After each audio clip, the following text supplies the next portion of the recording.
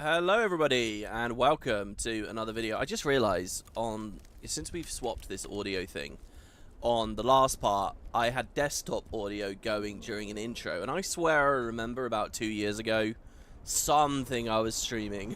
Like I could have any old I could be like, I've been watching Taskmaster on YouTube at the moment. That easily could have just been rolling away in the background and I wouldn't have even realised. Hello everybody, welcome to part 8 of the Janthir Wilds playthrough. An expansion that has just kept giving and giving as far as the story's concerned, and I'm very much enjoying right now as far as the story's concerned. We're kind of in the home stretch, part 8 out of 10 if you remember. Secrets of the Obscure, like this wasn't standard before, I don't think. If we go to say, oh, this character's not playing any of this stuff, it's annoying, but I'm pretty sure that they never used to end on step 10 like always, but that's like a standard. Step 10 is the end of the main thing, and then 11 to 20 is like the post patches. So through their breaking up of the story chapter for chapter, it sort of would give the impression that, you know, you're getting half at the start and then half over the rest of the year. Whether that's really true, you know, is hard to say because instance length and depth to them and stuff is all fairly subjective and variable. But anyway, so yeah, expecting this to end at 10, and we're at 8. We're on the step finding balance. We're going to be on pause for a second here, though. Well, a little bit longer than a second. We're going to do another, like, lore chatty bit at the start. I've had a couple of very cool conversations over in the Spud Discord that I want to discuss with you guys. And just a bomb of really good YouTube comments. And there's a lore piece I want to give you guys, which kind of is an extension of what I was talking about in the Spud Discord, to do with Saul. Realistically, I should have given you guys this at the start of the expansion. Look, if this was not a blind playthrough, not only would we have had the, you know, I would have put a bit more focus on fading Aurora, but I would have started off with a prophecies summary, and I would have started off with a little piece of lore about Saul D'Alessio. It's a blind playthrough. I didn't know that these things would be relevant, so you know, it is what it is. But I kind of want to put them in now because there's kind of a big subject. Someone mentioned the Spud Discord the other day. Hold on, WP. How do we know that the city, Bavanissos, as we now know, the city that Saul found, was made of gold? Now, this is a topic that's come up before. Immediately, a like very loud alarm bell started ringing when I saw that message on Discord, because I thought, fuck, I've had this problem before. I've had this thing where I've been online telling people it's a golden city and believing it's a golden city. And there's been like contention about it, but I couldn't remember the details of what that contention was. So I immediately got to the Guild Wars 1 wiki and started looking stuff up because I thought I've got to remember this. I've got to sort this. And so far, actually, I think we'll all agree that within the expansion itself, they have been alluding to it being gold. We obviously found those pools of sulfur up there, and then the magic is like leaked from the sulfur is leached into that tree, and the tree looks kind of gold or something. And it looks really ethereal and strange, that one tree I was looking at. I feel like Bavanissos is going to look a lot like that. But there was this question of, okay, is the city gold? So I guess let's just run in on that straight away. What I want to do is I'm going to read you guys so the other topic was, I had a moment in like maybe 2 parts ago where I suddenly stopped and I said to myself, and I said to you guys, I guess,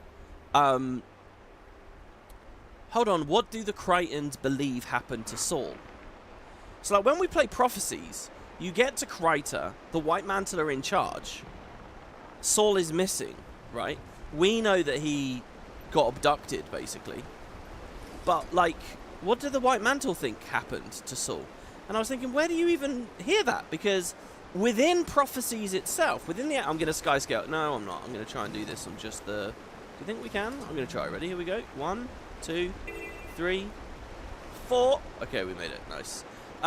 Within just Prophecies, you don't really hear too much. It's obviously it's in-world information, and by extension, I started thinking, hold on, where do we get that major short story that Saul was a gambler and a drunkard and a thief, and all those amazing references as he speaks that in the dialogue in the Bastion of the Penitent? I was thinking to myself, where is all of this? I can't even remember really. I knew that there was a proper long-form story about it. And so the first thing I did, and there's a mastery point by the way, just because for the hell of it, the first thing I did was I went back to the Guild Wars 1 manual where I suspected it was, and indeed it was. So let's read the Guild Wars 1 manual here and remind ourselves of the Saul story. And but believe me, guys, we're leading to some cool places with some of this conversation here. So, so stick with me. So, this here is a screen cap of the GW1 Manual. Can I just say, I have big plans for the Final Fantasy XIV playthrough coming immediately on the heels of this, where there's going to be a lot of this style stuff. But anyway, again, major kudos to the people of the wikis, because they have got they've got the manuals and they've scanned them, and I've taken a screenshot of the scan. So let's just see, right? So can I just, for people who are a little bit out of the loop, the original game, we're not just talking about the original game right now, we're talking about the original release of the original game, okay? We're talking about the very first lore, and we're also talking about some of the release at the arse end of 2005. So we're in a slightly different era of gaming, where a lot of stuff was still physical media, and there was and hard drives were slow. So there's an expectation of a long period of time as you pull the files off the CD and install the game. You'd sit there with a long loading bar. And, you know, if you watch my Zeus Let's Play, I talk about this in the Zeus Let's Play. If I ever do an LBA one, you'll hear me talking about this. And the standard thing to do then was grab the manual and read it. So basically, I have a very, very distinct memory of reading the GW1 manual and, like, being just totally captivated by this fantasy world. Because, you know, you're young and you're naive and you don't understand the genre and you haven't seen how the sausage is made, so to speak. So it's just this fantastic prospect of this endlessly exciting world, and you're reading the manual. So that's what this is. It's just the manual, but really it's the first lore. So it's not the start of the manual, and I'm not reading you the whole manual here. I'm just giving you the section on Kyrta. This is where the Sol D'Alessio story appears. And so this manual, we can presume this manual is speaking with some authority.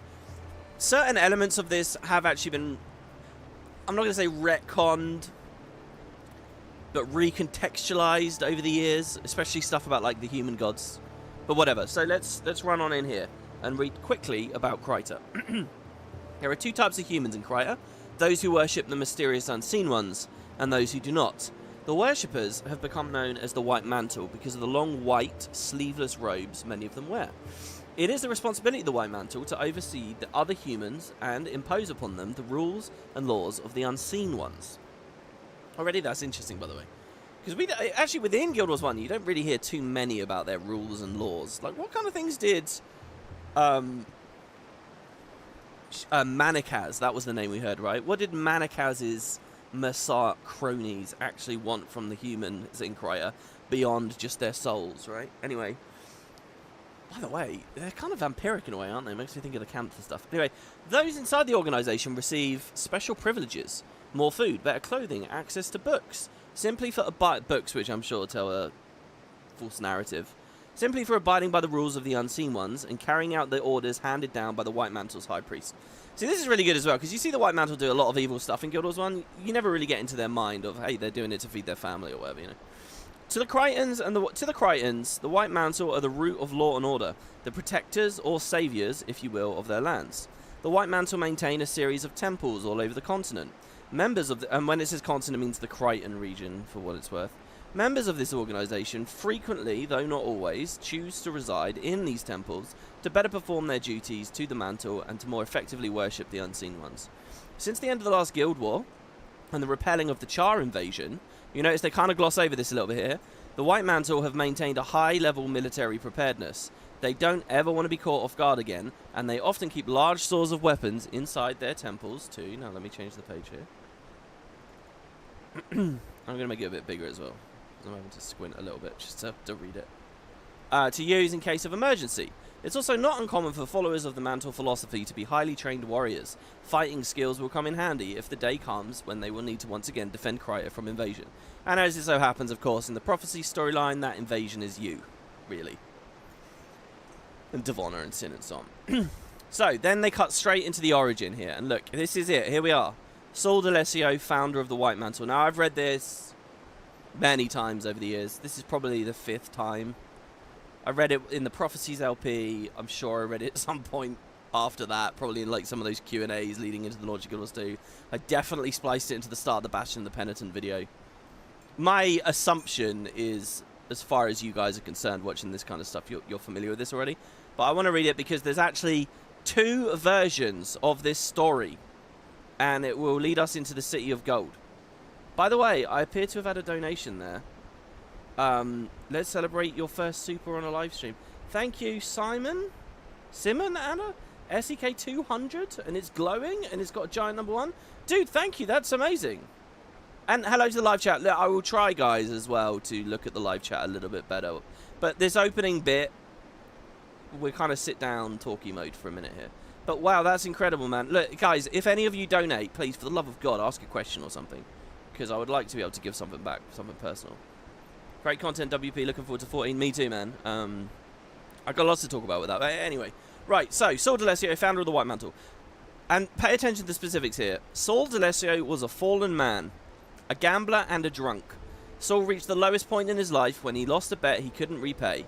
At the time, the local betting house was run by the Lockery Horseshoe, a gambling guild whose influence spanned almost the entire length of the continent. Now remember, this is from a period in Guild Wars history where guilds, like in-universe factions, were more prominent and powerful than even the nations, okay? That's why it's called the Guild Wars, not just the Tyrian Wars or Or versus Kyrta or some shit. It was the guilds really awkward. So, yeah, he's running from a guild, and that's bad. So, to avoid defaulting on his payments, Saul took to robbing merchants travelling on the road from Beetleton to Shaymore. And Guild Wars 2 players hopefully recognise these places. Shaymore's where we start the game. Beetleton's where Cordicus's manor is at this point. They were there 250 years ago. Very different sort of places, but yeah. Though he successfully paid his debt to the Lucky Horseshoe, he was eventually fingered by one of his victims and tried as a thief. Oh, fingered. Every time this story's come up, when we get to that word, I'm like, oh god. His punishment was exile from the from the kingdom of Kryptis. He's exiled. The local authorities blindfolded him. So this is interesting, right? The local authorities. The White Mantle doesn't exist yet. So we're talking about Lion Guard, maybe? Or just... We're talking about King Jadon's people, aren't we? We're talking about whoever was policing Kryptis at the time. And the interplay there between what they were like in the guilds and stuff is of endless fascination to me. And again, that's why I think a game set in that period is kind of interesting. Anyway, we don't really hear much about that. And they're not the point of the story anyway. The local authorities blindfold him. They ride him out 3 full weeks before leaving him to fend for himself. Now, can I just make a point that we don't really know where he went here when this was originally written. He could have gone anywhere. It doesn't specify north, south, east, west. It just says he rode out 3 weeks. And now we know he comes to Janthir, it's the north and all that. But, you know, the original Prophecies map didn't even portray Janthir on it, the island on it. It was just Kryptis, really. So for years and years and years and years, and most of the time you've heard me in videos talking about this, that it's been very abstract. And there was even, like, conflicting information about where Janthir might be. So it's really, you know, to have looked at the map and seen, like, the Sea of Sorrows and stuff, you might have thought it was around Bloodtide Coast for many years. But anyway... obviously, this was all largely put to rest when Guild Wars 2 came out, and it's always said Janthir up there, so whatever. But yeah, so he wanders away. He's blindfolded. He doesn't know where he is. He's where he could have been, right where I'm standing in the background right now, guys. That's where he could have been. Alone, broken, and lost, Saul wandered through a dense forest for several days. It says nothing about him crossing water, you'll notice. But we'll just fudge that, I guess. On the 4th day, delirious with hunger, Saul emerged from the trees to see what he thought was a hallucination. A city of massive towers reaching into the heavens. So one, he's delirious, he's hungry. His perception may be wrong. Let's be clear about this. It's even alluded to, he thought he was hallucinating, the fucking thing. But the exact description here, and I would consider this canon, even though it's the Prophecies manual and, you know, it's old or whatever. And, by the way, new information always supersedes old as far as there are conflicts, as far as I'm concerned. Anyway, here's what it says. A city of massive towers reaching to the heavens. So there's this idea of the heavens, there's this idea of divinity, there's this idea of unbelievability, but nothing there says gold. The architecture was astounding. The creatures who lived here were unlike any he'd ever seen. Walking down into their city, Saul got a closer look at the denizens of the place. They were tall and thin, with strange wing-like appendages that waved about in the slightest breeze. Now, for a long time in Prophecies, that description does describe the Mursaat. They have, like, the weird feathery 6-wing thing going on. But a lot of the descriptions of the Mursaat, they sound like a bit like bird people or something. It takes a long time before you really get to see what they look like, as far as the campaign's concerned. And so this is the imagery they're giving you there, I think, is to play into that a bit. Anyway, when they walked, their feet seemed not to touch the ground, and when they spoke, it was the most melodious sound he'd ever heard. Now, the melodious sound is interesting, because we hadn't really heard any voice-acted Mursaat speaking in all of Prophecies. The first voice-acted Mursaat we got was Lazarus in Guild Wars 2 in Season 3, and there was such an explosion of fucking stuff going on there, I don't think I ever really stopped to think, does he sound melodious? Anyway, then there's Mabon, and maybe he sounds a bit melodious. Now, we've been seeing as this playthrough's going along, there's this Femsart, as I believe the community's calling her, Dada. I'm going to talk about her a little bit more in a second. But I hope if and when we ever meet Dada, she speaks very, like, poetically and truly divine. Just like what Saul's seeing here. Anyway, he says, surely these creatures were the stuff of divinity. Hungry and exhausted, his clothes ragged and dirty. Saul dropped to the ground, I'm sure is the next word. But you'll see, at no point, gold is not anywhere in any of this. Gold is not there. To his knees, and he touched his forehead to the ground. He had found his gods, and they in turn had found their most devoted disciple. Saul returned to Kyrta a changed man. So, already there's a huge amount that's skipped over. This is all stuff that Janthir Wilds could go into. What happened to him at Bavanissos? Who the fuck not? We'll find out over this year, I guess, guys. It's very exciting. His rags had been replaced with a sleeveless, pure white robe, embroidered with golden thread. There's your first bit of gold.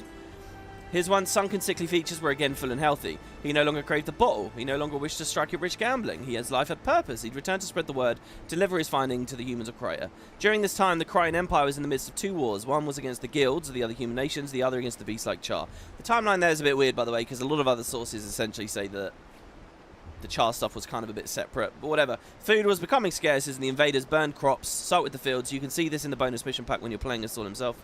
It was then that Saul came to the people, offering help from his powerful, enigmatic gods. Saul's new faith was so powerful that soon he had a small following. As a group, they traveled the land, recruiting more and more. He's like Jesus, right? With his disciples. Recruiting more and more, offering salvation from trying times. Though no one ever saw the winged gods or their cities of massive towers. Again, not golden towers, massive towers. No one saw them. They took Saul at his word that they truly did exist. And here in the Janthir Wilds, there was a lore note we just read, like last part, of someone saying, I haven't seen it, but I trust it. Now, Janthir Wilds has started explaining that lots of people started looking for it eventually, the Golden Path. So it seems to me that Janthir Wilds is established. He goes to Bavanissos. He leaves, teaches everyone about the White Mantle, and then there's some kind of quest later.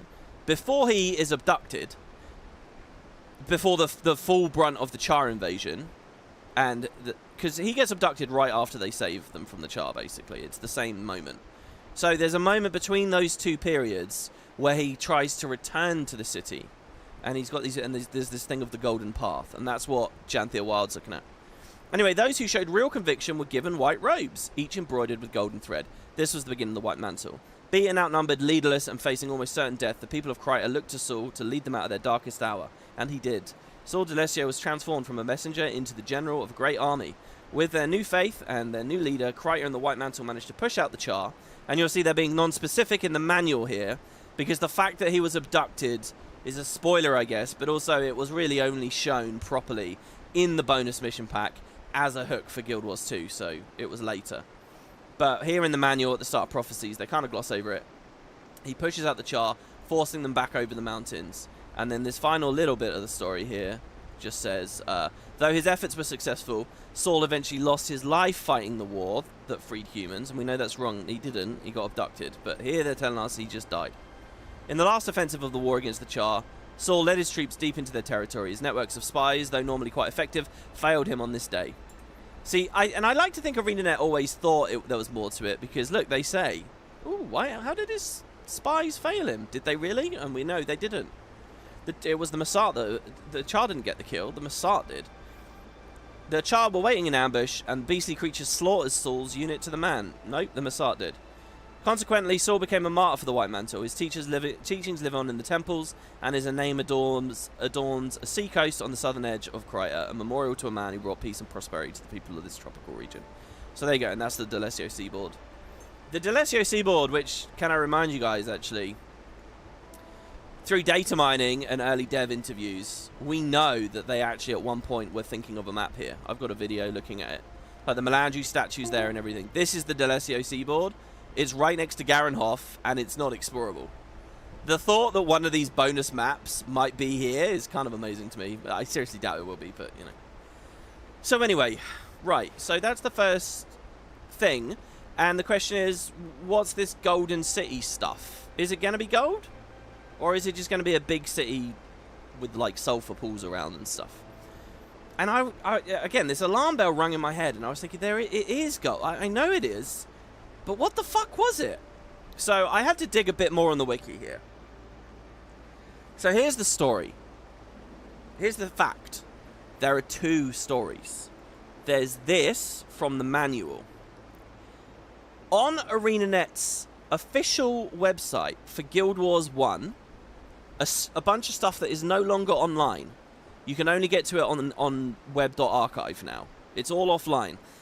And I believe ArenaNet put lore on their website, and I believe it was actually put there before the game even released, like to titillate the early nerds.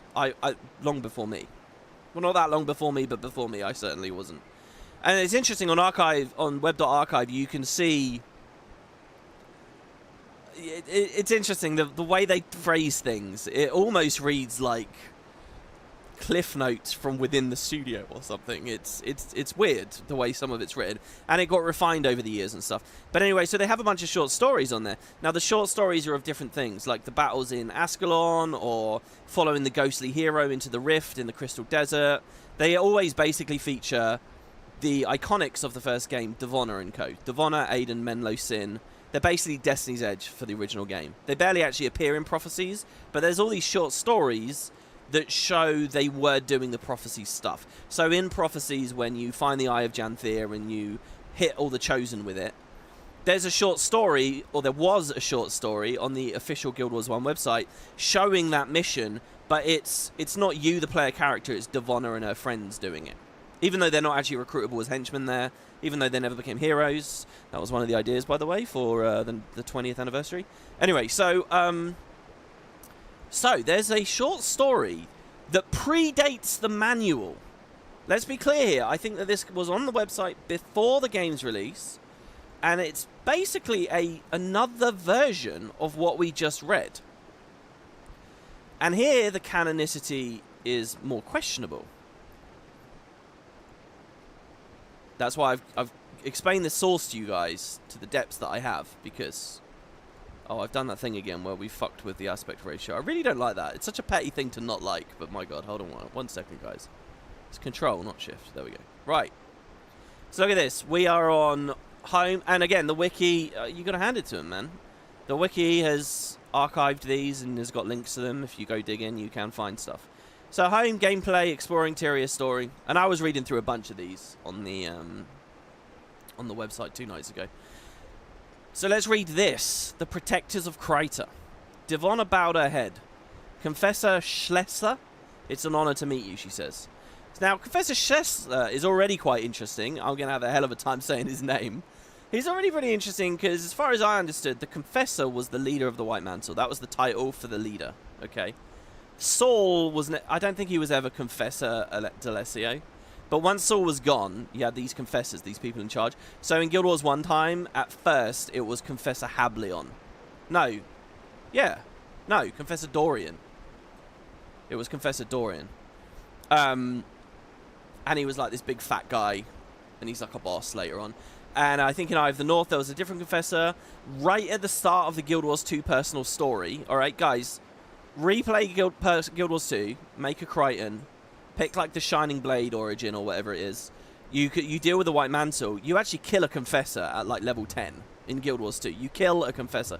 And this was one of the bits of the Guild Wars 2 storytelling that felt really weird, because it was like, wow, that's a huge story and it's just this tiny thing. It's like Infinity Ball kind of thing. But anyway, and then once Caudicus rose and announced himself to the world, as we were dealing with, he called himself Confessor Caudicus. It's like the leader's title. But so it was Confessor Dorian in game, and yet in this short story, Devonna is speaking to someone called Confessor Schlesser. I don't think Confessor Schlesser was an NPC or anything, so it's a bit weird. So you're going to see it gets even weirder in a second. But yeah, okay. So anyway, the old man returned the courtesy. The honor is all mine, he said, smiling. Justicar Hablion. Now that is an NPC in the game. Obviously, he's the boss that you kill on the Bloodstone and all that. He first seems nice, and then he has that ludicrously evil voice moments later once he reveals himself to be a bad guy. It's quite funny. Justicia Hablion tells me we owe you much thanks. And that's right, came Sin's voice from behind Devonna. It's about time someone recognized our contribution. She's a hothead. Devonna spun, glaring at her friend and hissing between clenched teeth. Sin! Confessor Shessler chuckled. It's quite all right, Devonna.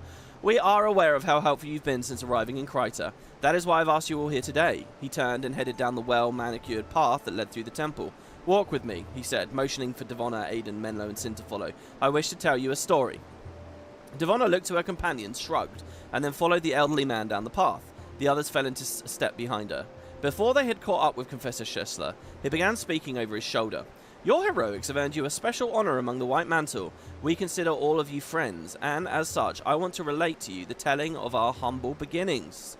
Great, whispered Sin, just what I wanted, a history lesson. Devonna saw Menlo place his hand on the elementalist's shoulder in an attempt to quiet her. Apparently, the Confessor hadn't heard the remark, because he didn't pause. We turn the page. So it's just like hearing a bedtime story, right? And this is your mummy or daddy turning the page. I'm your mummy or daddy in this, am I, apparently? As you may or may not know, the White Mantle was founded by a man named Saul Boltoff. Dun dun dun. Okay, so again, this is a sign of how primitive some of this is. I believe Shessler, probably, they just renamed at some point in development to Dorian, right? And it looks like in this early short story, it was Saul Boltoff. Not Saul D'Alessio, Saul Boltoff. A gambler, and by the way, if I said this in the Spud Discord, if Janthir Wilds references the word Boltoff at any point, like, to canonize this or some shit, or, I don't know, just nod at the discrepancy, I think that'd be amazing. A gambler and a drunk, Saul reached the lowest point in his life when he lost a bet he could not repay. Well, look at the phrasing here now. Well, suddenly, this is exactly how it was portrayed in the manual. So you're going to see these two stories are very similar, but with subtle differences. I want to point out as well, with the name discrepancies and the Saul Boltoff thing, this screenshot I'm reading from right now that I got the other day is from a very early archive on the GW1 website. I didn't check, but if you found a really late archive, like years later, like one from around 2008 or something, had they gone back and changed it and corrected these little details but kept the rest of the story intact? Because that would make it canon to me if they had done that. But I don't know whether they did. I'm only just now considering that might have been a thing. Anyway, at the time, the local betting house was run by the Lucky Horseshoe. See, now it's dialogue coming from a character. A gambling guild with influence in all 3 human nations on the continent. See, I wonder if just they were going to put this in the manual, but it was going to be too many pages or something. Because remember, like, the publishers had to think about printing costs and stuff like this. I talked about this a bit with my Arena Let's Play. So, maybe this was only cut down just to facilitate that. Anyway, the Confessor lifted his hand, shaking his finger to accentuate the point. This, of course, and I love this, by the way, it's like a hidden... It's like the extended edition of Lord of the Rings, you know? It's like there's more shit. And it was always there. It's just a layer that was not presented before. Anyway, this, of course, was before the Char invaded, when Ascalon was still flourishing, and Or was... ... Well, before the untimely demise of Or. He tucked his hand into his robes as he rounded a corner and continued down the path. To avoid defaulting on his payment, Saul took robbing merchants and travelling on the road from Beetleton to Shaymore. So, let me get this straight, interrupted Sin. The White Mantle was founded by a thief with a gambling problem. Confessor Shessler stopped abruptly. Devonna's entire body stiffened, and she instinctively scanned the grounds, looking to see how many Mantle Justiciars she was going to have to fight to get them out of here because of Sin's big mouth. Shessler nodded without turning around. That is correct. Devonna unstiffened. On second thought, simply killing Sin would be much easier. A little bit of comedy here. They're really storytelling, guys. They're going for it. Though he successfully paid his debt to the Lucky Horseshoe, he was eventually fingered by one of his victims and tried as a thief. Continued Shessler. Fingered, tee-hee. Said Sin. His punishment was to be banished from Kyrta. The Confessor headed back down the path. Where are we? The local authorities blindfolded him and rode him out 2 full weeks before leaving him to fend for himself. Alone, penniless and lost, Saul wandered through a dense forest for 3 full days. On the 4th day, Saul emerged, and you'll notice these small details are all exactly the same. Saul emerged from the trees to see what he thought was a hallucination, a city of massive towers reaching into the heavens. And then it was a sight to behold, alabaster and golden filigree. This was a place of purity, a place where a man such as Saul could begin anew. That thing about beginning anew, by the way, is Garen's ascension ritual and all this shit. I don't know, I'm seeing connections that probably aren't there. They definitely weren't there when this was originally written, don't get me wrong. Hungry and exhausted, his clothes ragged and dirty, Saul dropped to his knees and touched his forehead to the ground. He had found his divinity. So here we do hear about the city being golden, alabaster and golden filigree. When Saul bolts off, fine, but it's bolts off, so, you know, it's like a 50-50 canon thing. When Saul finally returned to Kryptis, he came back as a changed man. His rags had been replaced. Now he wore sleeveless, pure white robe embroidered with golden threads. And so you can see how the city informed the clothes, right? The Mursaat informed the clothes. The confessor, and you get that added context there. And just to wrap this up, the confessor held out his arms, showing off the robe he now wore. It too was stark white and embroidered in gold. His once sunken, hungry features were full and healthy. He didn't crave the bottle. He didn't wish to strike it rich gambling. His life had purpose. He returned to spread the word, to deliver the divine graces of the unseen ones upon the humans of Kryptis. The path, I love this line here, by the way. The path they had been following ran out atop a courtyard atop the temple's eastern wall. The overlook was breathtaking. The wall gave way to a long, sloping field of wildflowers and green grass, which in turn gave way to sand, and eventually the light blue sea. Oh my god, isn't that beautiful? They make Kryptis seem so nice. And what they're saying is, they're suggesting is Saul brought this utopia to this place with this word. You know, that's what they're trying to explain. Because the Char would have fucked it up, right? They would have been burning trees. They would have been polluting the environment. They would have been smelting and cattle ranching. And that's what I love about the Char. I'm just waiting for us to go to the Ash Legion homelands and reveal it's full of flowers. Confessor Shesler turned to face him, leaning his back against the stone. Saul's new faith was so powerful that soon he'd accumulated quite a following. As a group, he and his followers travelled this land, recruiting more disciples and offering salvation during trying times. He smiled at each one of them, nodding his head. Saul is a shepherd, and we are but his humble followers. You would do well to follow his example. And then there's an interesting bit how that ends. Menlo speaks up, I think for the first time here, really, and he says, Saul's still alive? A devout follower, because he's a devout follower of Dwayna. And Devonna thought she detected a bit of skepticism in her friend's voice. And... oh no, said the confessor. He has passed from this world. He placed his hands together as if to begin a prayer. But that is a story for another time. Right now, I have a favour to ask. So it strikes me that even in the earliest moments, ArenaNet did have an idea that there was going to be something cool about his disappearance. In the manual, they settled to just spouting this lie about the Char. And in the bonus mission pack, one of the dying content pieces for Guild Wars 1, they reveal the full story. So then there's this story here as well.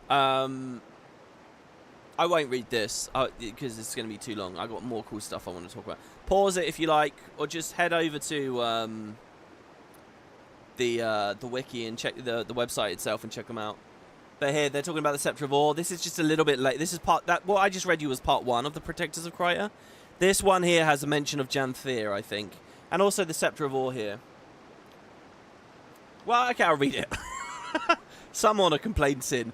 The task itself does not need to be pleasant, explained Menlo. The honour comes from being the one selected over all others to perform it. Say it as you wish, continued Sin, now making our way into the gate in the southernmost edge of Shaymore. It just sounds like work to me. That's because it is, agreed Devonna. But we're doing it to stay in the good graces of the White Mantle. Remember, we're guests in Kryptis. They have no reason to be so accepting of us, especially considering the history of our two kingdoms have had over the years. No reason except that we saved their temple, replied Sin. And she's actually talking about moments in the missions that you play as a player. And that staff thing they seem so concerned over. The Scepter of Ore, corrected Menlo. That staff thing was the Scepter of Ore, a powerful magical artifact that could have fallen into the hands of the undead. Scepter, staff, what's the difference? All I'm saying is ... And I don't think... I mean, why did I take all these screenshots? The details are meaningless, interrupted Aiden. Aiden didn't speak in the entire previous short story. He's the ranger. What matters is that we were asked by perhaps the most powerful man in Kryptis to escort the Divine Eye to Loamhurst. So this is quite interesting. This is the Eye of Janthir, but here they just call it the Divine Eye. It's work. No ifs and or buts about it. Still, something we're going to do because it can't hurt us and certainly could do us an awful lot of good. Aiden began to climb up the steps at the far end of Shaymore. That's where the music Easter egg is, by the way, in-game. I think you missed your true calling, Aiden, said Sin, cocking her head to one side, a sly smile spreading across her lips. You sound like my father's politician friends. Devonna looked back at the others as she reached the second set of steps. Perhaps we could put this conversation aside for a moment so that we do not offend the Justicia? My friends, shouted Hablion, appearing as if Q on top of the steps. Welcome to Shaymore. Devonna, Sin, Aiden, and Menlo crested the stairs to the courtyards in the centre of the small town. They looked in wonder at the floating, transparent green pyramid. Now this is quite cool because we get a description of it that exists outside of the game engine.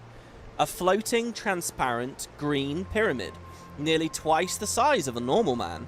It hovered above a stone pedestal beside the Justicia, making very little noise except what sounded like the faint, distant clanging of wind chimes. And that little thing there, I wonder if that's the music Easter egg ever had anything to do with some of their early writings about this moment in this mission. Anyway, inside the magical artifact was what appeared to be a giant human eye, complete with lids and lashes.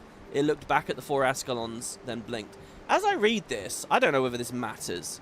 As I read this, I genuinely find myself wondering, whose eye is it? It doesn't have to be anyone's eye. It's not something you have to look at literally. But if ArenaNet ever go into the history of the construction of the Eye of Janthir, it's kind of fun to think. They might establish who's in it. Maybe it's a phylactery of some kind. I don't know. Anyway, this is the Divine Eye of Janthir. And by the time the game came out, it was just called the Eye of Janthir. It has the power to see inside a person and discern his or her magical aptitude. And you'll see in this original lore, they don't say Saul went to Janthir and got the eye from Janthir.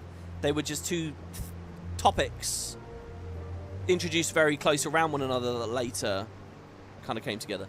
Those it gazes upon will be judged, either rising in glory or falling in shame. The stark white of the helm covering most of the Justicia's face contrasted greatly with the man's well-tanned skin. He smiled, his teeth as bright as his helm. You'll be bringing it to Loamhurst, taking those it deems worthy with you. Great, said Sin, more work. So this is where the 11-year-olds get selected to go to Hogwarts. There's no reason to read this except it's cool to read about the Tengu, and I'm a fucking nerd for this. Help, please help me. Devonna lifted her hammer from her shoulder. Tengu, she said through gritted teeth. Then she charged over the stone bridge. Across the gorge, 4 Krytan merchants were fighting for their lives. Surrounded on 3 sides, a flock of 6 bird-like creatures slashed at them with swords, axes, and claws. The Tengu bore a resemblance to humans in only so much as they stood on 2 legs, and had the obvious intelligence to have planned and executed an ambush.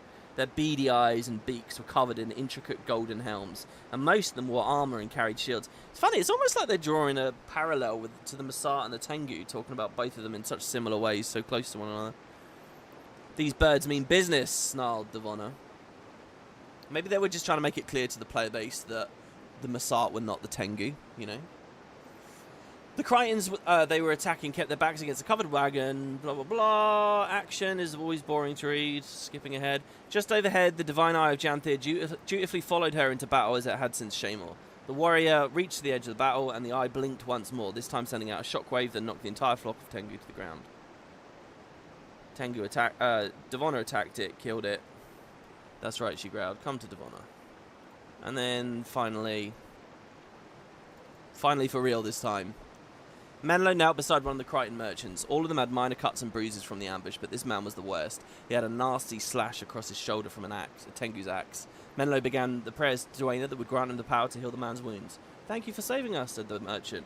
Sin opened her mouth to say something, but Devonna cut her off. Glad we came when we did. When our caravan was attacked, several of us scattered into the hills. The man looked up at the Divine Eye of Janthir, floating dutifully behind Devonna. Then he turned his gaze on each of the Ascalonians in turn. If any of them are chosen, it would be your duty as keepers of the eye to find and escort them safely to Loamhurst. How much further to Loamhurst? Asked Aiden. The grateful merchant pointed to the north. Not too far, he said. It's on the beach, in the cove, just past the swamp. Well then, said Sin, I suggest we get moving. Half the kingdom of Kryta may need saving between here and there. She put her hands on her hips. We wouldn't want to keep them waiting. So there you go. So you'll see through these stories, and like I said, there's one in the Crystal Desert. There's a few around Ascalon, and that's where Kylo is actually talked about, by the way. It's kind of like a novelization of Prophecies. This is, if you've played Prophecies, you all know that's the Divinity Coast mission that they're talking about there. Like, and you play all of that. The Tengu attacking, the Eye knocking the fucking Chosen down, the wind chime, everything. The cutscene with Hablion, it's the game. And, you know, it makes me kind of think it would be so cool to have one of these for all the prophecies, you know. I remember when I was younger, like with the Halo novels, and I remember that one of them, I think it's just called The Flood, one of the first novels, was just a novelization of the first game. And I remember thinking that sounds so boring. But as an adult, I look back and I'm like, you know what? It's kind of cool to see these things in different contexts. Anyway, for our purposes here in the Janthir Wilds, what I want to really just drive home is that, yes, the city could be made of gold, because there is a short story that said alabaster and gold specifically, so I would expect it actually to be quite a lot like this architecture we're looking at here. You know, especially with like the gold filigree. But we don't know for sure. I mean, ArenaNet can do it however they like. And that's that. So that's one topic I wanted to deal with. And I just wanted to get the Saul story in because so much of this story is kind of revolving around that, you know? I mean, a true, like, a really good Let's Play of this would also start with probably, like, some flashback, like a little edited flashback montage of Season 3. The Bloodstone explosion. Valette. Any scene with Valette. I've forgotten all about her. And yeah. So, also, oh god, there's so much I want to talk about. Let me just look at chat here and have a drink for a second. For non-Guild Wars 1 people, Devonna is Balthazar's Herald. Yeah, but that's not going to mean anything to anyone, really, is it? I mean, that was a very cool detailed POF. I'll tell you, I talked in the last part about when I flew out there and was shown early POF stuff. I was specifically... I can't remember who it was. Someone approached me, though, when I was on my playthrough of POF. And they said, hey, did you notice anything weird about that scene? Or that character or that dialogue after I'd met the Herald? And I was like, no, because I honestly didn't. I didn't think that there was anything. And then, like, months and months and months later, obviously people had figured out on Reddit, like, the hints and stuff, and there was clearly Devonna. And I thought, oh, that must have been what they were talking about. But there was no way. I mean, I'm way too stupid to figure that shit out straight away. I mean, I don't even think it's a thing of stupidity. It's just some shit's very buried, you know? And that's what makes it good, being so buried. But there was no way I was going to catch that. Anyway, just to be clear, we got the side stories. There is a side story here in this first map that I want to do on this playthrough. What I'm a little bit nervous about is beating the main story and then there's no intrigue. And since this is like the first side quest of the expansion, so I want to do this. It's called Cryptid Chase. I don't know how much lore there is. It looks like it's a lot of steps, but I've skimmed the wiki page and it's basically just fly around and hit some POIs. It's not a big deal. And there's a bit of lore. So I think I'd like to do this side story before we get back to the main thing here today. So that's one amazing stalling technique that I'm exhibiting here.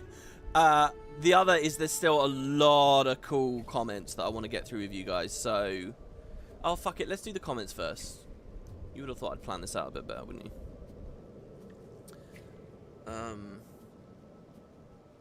Alabaster and golden filigree just sounds like Amnitas to you. Yeah, I mean, it does sound similar. And I wonder whether these similarities are going to be talked about. But, you know, Mabon was with the Wizards. Maybe we could say he influenced their architectural instincts. The thing about golden cities as well is it also kind of appears in the Forgotten lore. The Hall of the Heroes in the Mists. The golden shit inside Augury Rock. You know, it's just that thing of divinity. And what is divinity in the context of this earlier stuff? Usually like the 6 or the 5 mist beings. I don't know. It's obviously wasn't all planned out originally. But I wonder how they'll puzzle it together. Anyway, right, let's just run through some comments here. I don't even know where to begin. I will just... Okay, alright, I know where I want to begin. I'm going to begin with this. It's not a comment. Look at this, guys. I was on the website, like I say. And this is kind of funny. Thinking about the early manual lore.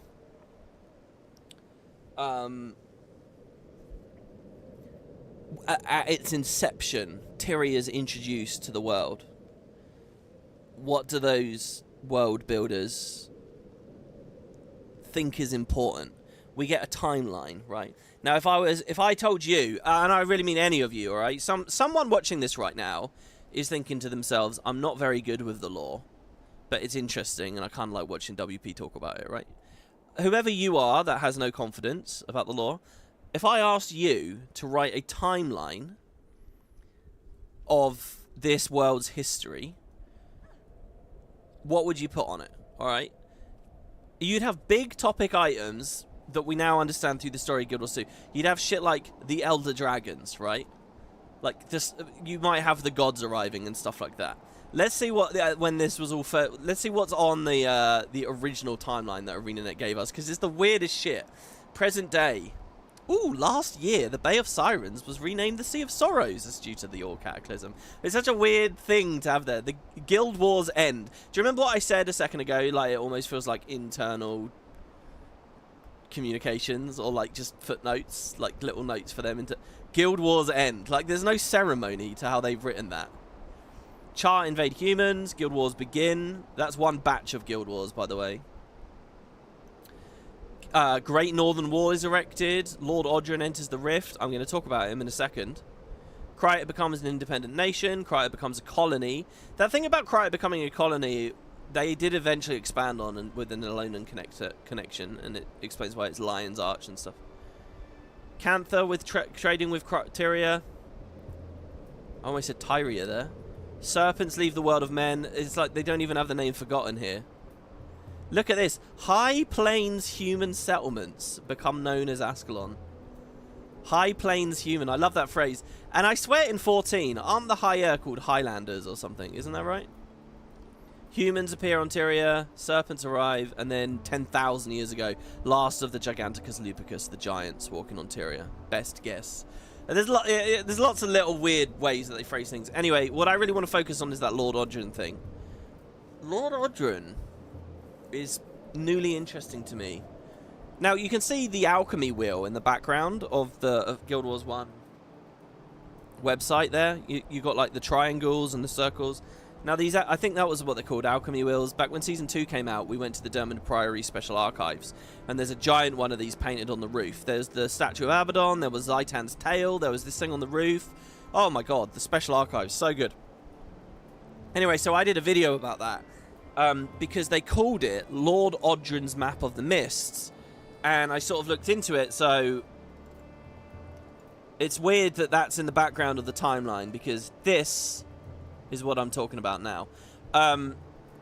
So Lord Odran, right, let's just be clear, it's lore introduced at the very beginning. You just saw that first timeline. It's really old lore. Lord Odran, if you guys don't remember, the story here is that this was a guy who found a way to get in and out of the mists. He opened a bunch of hidden portals around the world to the mists, and he started trespassing there and exploring. I think they were just calling it like the afterlives from his perspective. It's like he went to the underworld and stuff.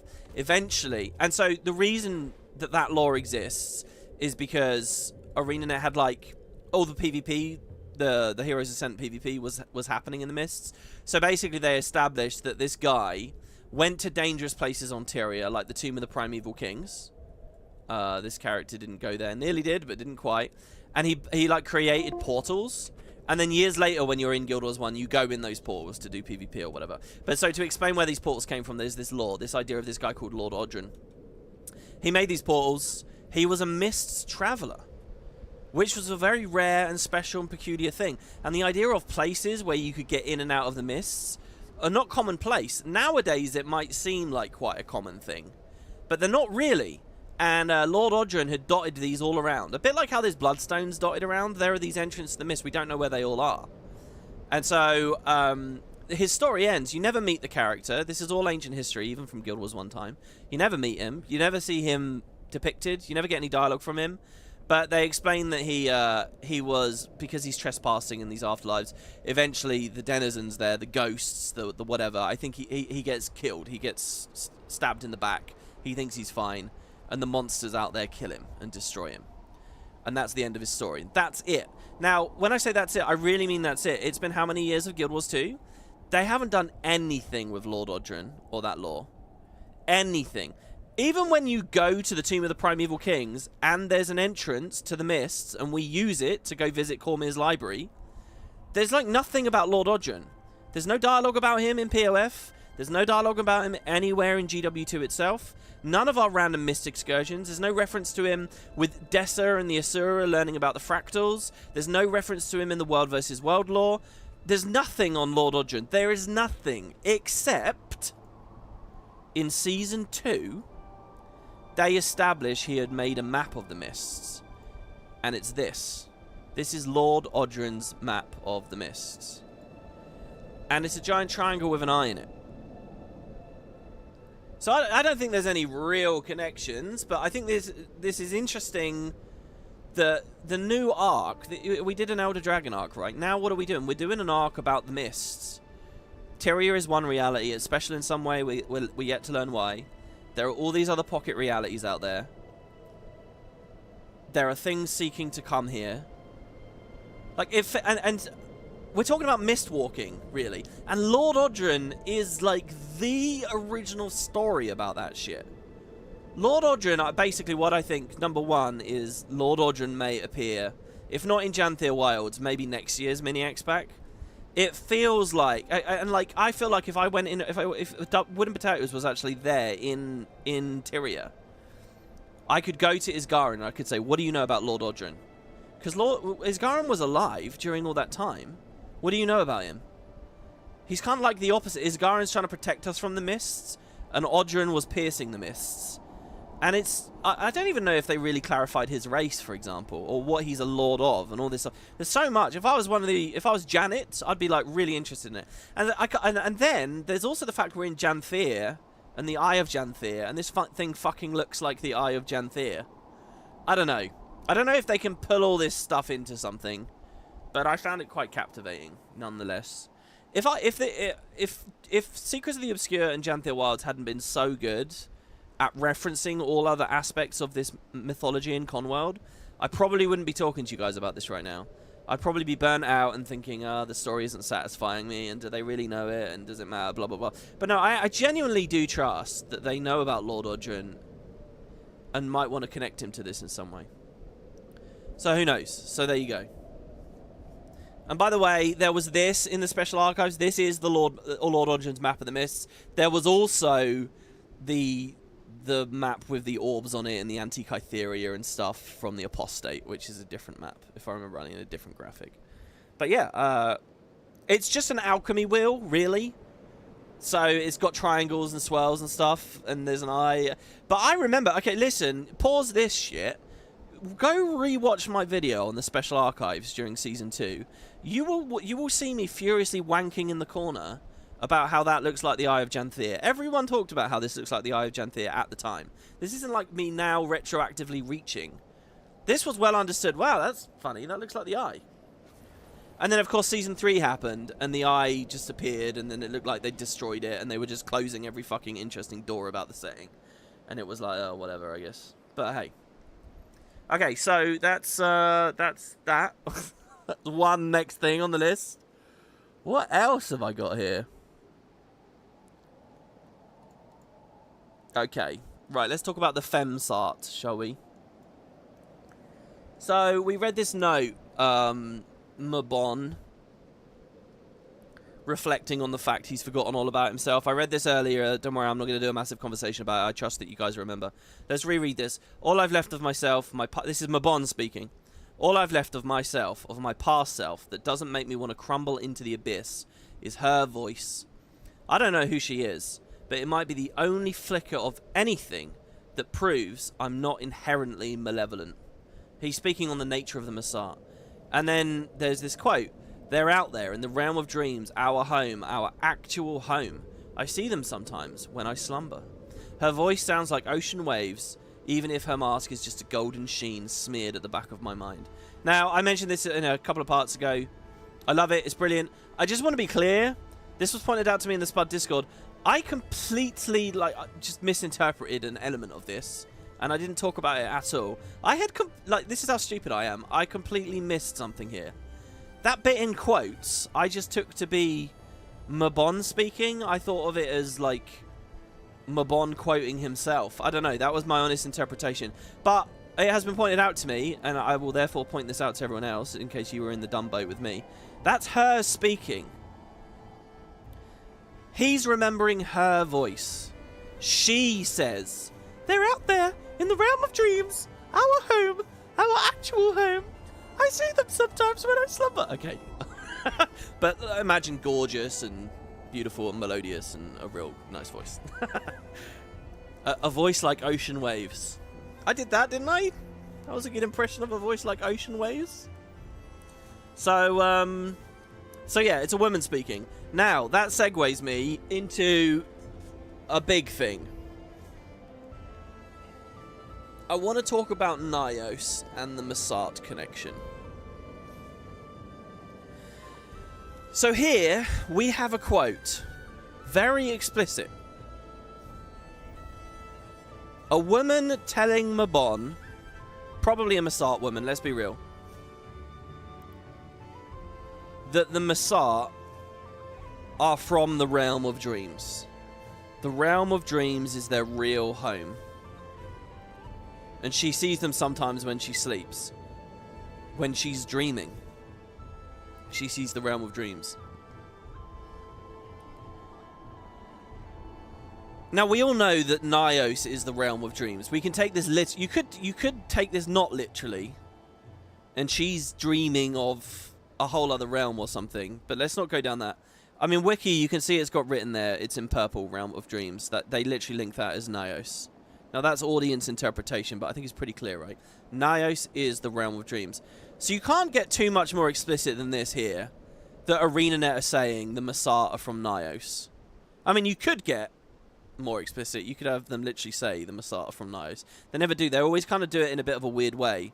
They call it the realm of dreams. They don't call it Nayos. They call it the realm of dreams. Now, I was very curious about this because I vaguely remembered... I've mentioned this in a couple of episodes. During the Secrets of the Obscure post-patches, I wasn't enjoying this game very much. I wasn't playing this game very much. I didn't believe that really much of this mattered very much. And Nayos didn't grab me. So when I was running around Nayos, you can see me doing it. I've got videos on it. I sometimes find collectibles, but because it's just one collectible out of who knows how many... And does it really mean anything? And they're all really hard to interpret. And, oh god, this is a huge puzzle. And do I really want to invest in the puzzle? Do you know what? Fuck it. I'll read them. And if there's something cool, then cool. But I'm not going to look too deeply. That was kind of my view as I was playing through this.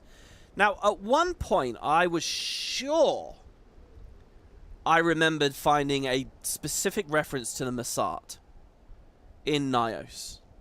I couldn't remember what it was. But there was some collectible that showed the Mursaat were living here. And for what it's worth, there was another thing that made it feel a bit Mursaat-y here. I thought it was that there was an artifact, but also, like, the names of some of the places and creatures, they were like how the Mursaat name themselves. Like Mercia the Smug, and then when you get there, like, some of the Kryptis had similar names and stuff. So it kind of maybe had a bit of a Mursaat connection, but I couldn't remember what it was. And so then... this expansion's coming along. Now, we have this quote I just gave you guys on screen. But I wanted to remember, what the fuck was it in Secrets of the Obscure? What was it? What was the thing? I thought it was like you picked up a Mursaat token or something. So I went to Spud Discord, and a couple of us went hunting on the wiki. Now, I didn't find it anymore. Sarja found it. Wait, what did I just say? I didn't find it in the end. I basically... What I did... Okay, so what I did was I came in-game, and I ran around all of Inner Nayos... and pressed F on everything I could see. So, let me tell you, just before Janthir Wilds came out, my interpretation of this was that there was loads of lore I'd missed. Like, I'd found some collectibles, but not all of them. I'd done some side stories, but not all of them. And I've had this weird vibe that I found one Mursaat artifact, but there's probably loads. I just need to actually get in there and play it, and have the motivation to get in there and play it. And I didn't have the motivation to get in there and play it. So I've just kind of been, like, hazily waffling through. Not anymore. As of the last episode, I have gone in and I have fucking gone over this place with a fine brush. And the truth is, I hadn't really missed much at all. Nayos didn't... It kind of gave me the impression it was full of fuck tons of stuff. It's kind of not. I'm pretty sure I do now. I finally have a bit of concrete understanding of Secrets of the Obscure. And I'm like, okay, yeah, I sort of know what's in Nayos. Not only did I do this in my pursuit of this Mursaat reference, I also went to the wiki and I wikied every region name. So like Niedra, the Dreamer's Sanctum, the Midnight Abyss, the Spire of Creation, the Spire of Dreams, the Spire, all of them, even the ones this character hasn't unfogged. And on every single one, I looked for any interactable objects, and I read through all of those pages. Basically, everything the wiki's been able to document, and again, the people contributing to the wiki, good shit. So, I looked everywhere. I read all the fucking random things, and I could not find a single Mursaat reference. I couldn't find this Mursaat token. I couldn't find anything. And I was like, what the hell? What do we have? We have the very explicit cliffhanger of the Eye of Janthir. So that's really good. That's a definite connection. Why is the Eye of Janthir in this realm? Okay. We also have this document here with the explicit thing about the Realm of Dreams. And Mabon's talking about his exile and stuff and the fact that they came from the mists. But it's weird, and I just had a very odd feeling about Secrets of the Obscure. Like, on one hand, ArenaNet are telling us this is where the Mursaat are from, but you go there, and there's just nothing about the Mursaat there. And I interpreted that through the Secrets of the Obscure days as, like, it's just underwritten. Like, I'm just always... Look, here's the really sad thing about me. I underestimate the game. Constantly. I've been doing that a lot lately. I underestimate it. Like, look at the Waiting Sorrow reveal with Fading Aurora. I saw that Coden fighting a Titan, and my immediate reaction, as that was going on in my mind, my immediate reaction internally was, oh, that's lame that one Coden can kill a Titan, but I thought, oh, I just have to push that aside. Maybe that's just me being a Guild Wars 1-er or something. Maybe Titans aren't that good. Like, basically, I was disappointed that a random Coden was fighting a Titan. But instead of respecting the game and immediately being like, oh, maybe it's a badass Coden, I just immediately thought, I underestimated the game. I immediately thought, oh, that's just how they've written it, you know? Like, I guess little disappointments stack up and eventually... So here, they're telling me, oh, this is where the Mursaat are from, but I don't see any evidence of the Mursaat or anything, and so I just thought, oh, it's underwritten. They've rushed to get it out. It's low budget. It's, you know, they've tried, but they failed or whatever. And I just sort of underestimating the game. And I don't want to keep underestimating the game because there's a couple of examples like that where I think I've underestimated the game. And that's not what's going on. I think, guys, there's a very good... I think that that's a story to indulge in. They're telling us the Mursaat are from here, but when you're there, there's, like, none. I think that's supposed to be a mystery for us to enjoy. And, in fact, when you look at a lot of the stuff in Nayos, there is a bit of story going on there where it's like, what they've essentially established, guys, is that there was a lot of history and architecture and art and stuff here, but it seems to have just got worse and worse and worse over the years. It's like it's a broken... Obviously, it's a fucked up demon world, but it's like it's a broken world. It's like shit has been lost. And I don't think that it's underwritten. I think it's deliberate. So where was this Mursaat reference? Well, it does exist. Sarja found it, and it's because it was in one of the story instances.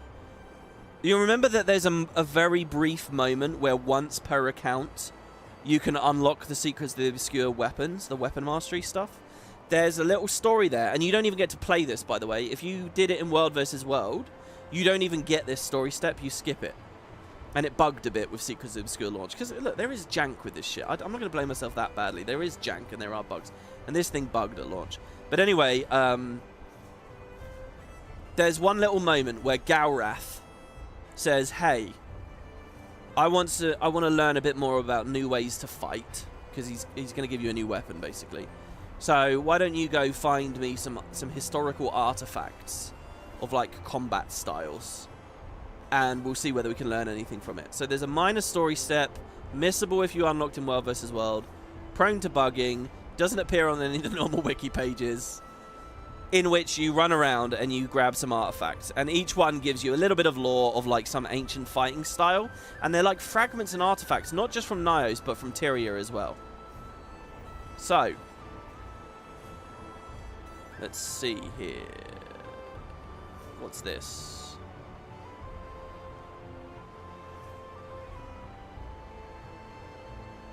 That's a different thing, which I want to read in a minute. That's also, we're going to read in 1 second. Okay, so for example, like this. This was one of the artifacts, one of the book artifacts here. Sorry, you guys couldn't see. Lost Tyrian Tome. The ink in this book has almost faded completely, and the battle it's describing has been lost to time. But the language is distinctly Tyrian. This must have found its way into Nayos aeons ago. Perhaps the Astral Ward will be able to restore it. And the quote is, "We funneled them down into the valley, where the small remainder of our soldiers waited, shields raised. Against the flood of their army, the might of their weapons, how could we hope to win? Such was their belief, and it was only as the rocks came tumbling down upon them that they realized the land has weapons too."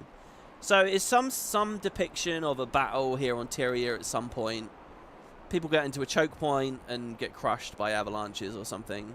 Magically induced, perhaps. Makes me think of the Kessex Hill loading screen for some reason. I couldn't specifically say, oh, that is this moment. And I think that's fine. I want to believe in Tyria is a big place with lots of history. I don't need to know about every single fucking battle. Just give me an impression. But so look, so that's a way of fighting, right? The land has weapons too.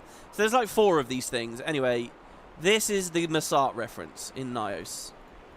And aside from the Eye of Janthir in the very, very end, this is about as good as it got in the entire, like, post-patches. Like, so I'd gone the whole year assuming there were a bunch of things, and I just hadn't researched them, I hadn't looked into them, I hadn't had the motivation. But no, this was it. This was it. There's no Mursaat tokens lying around. There's no Mursaat masks. There's no, like, conversations about Mabon. Not Mabon, because there are references to Mabon, like modern Mabon. There's nothing. This is it, guys.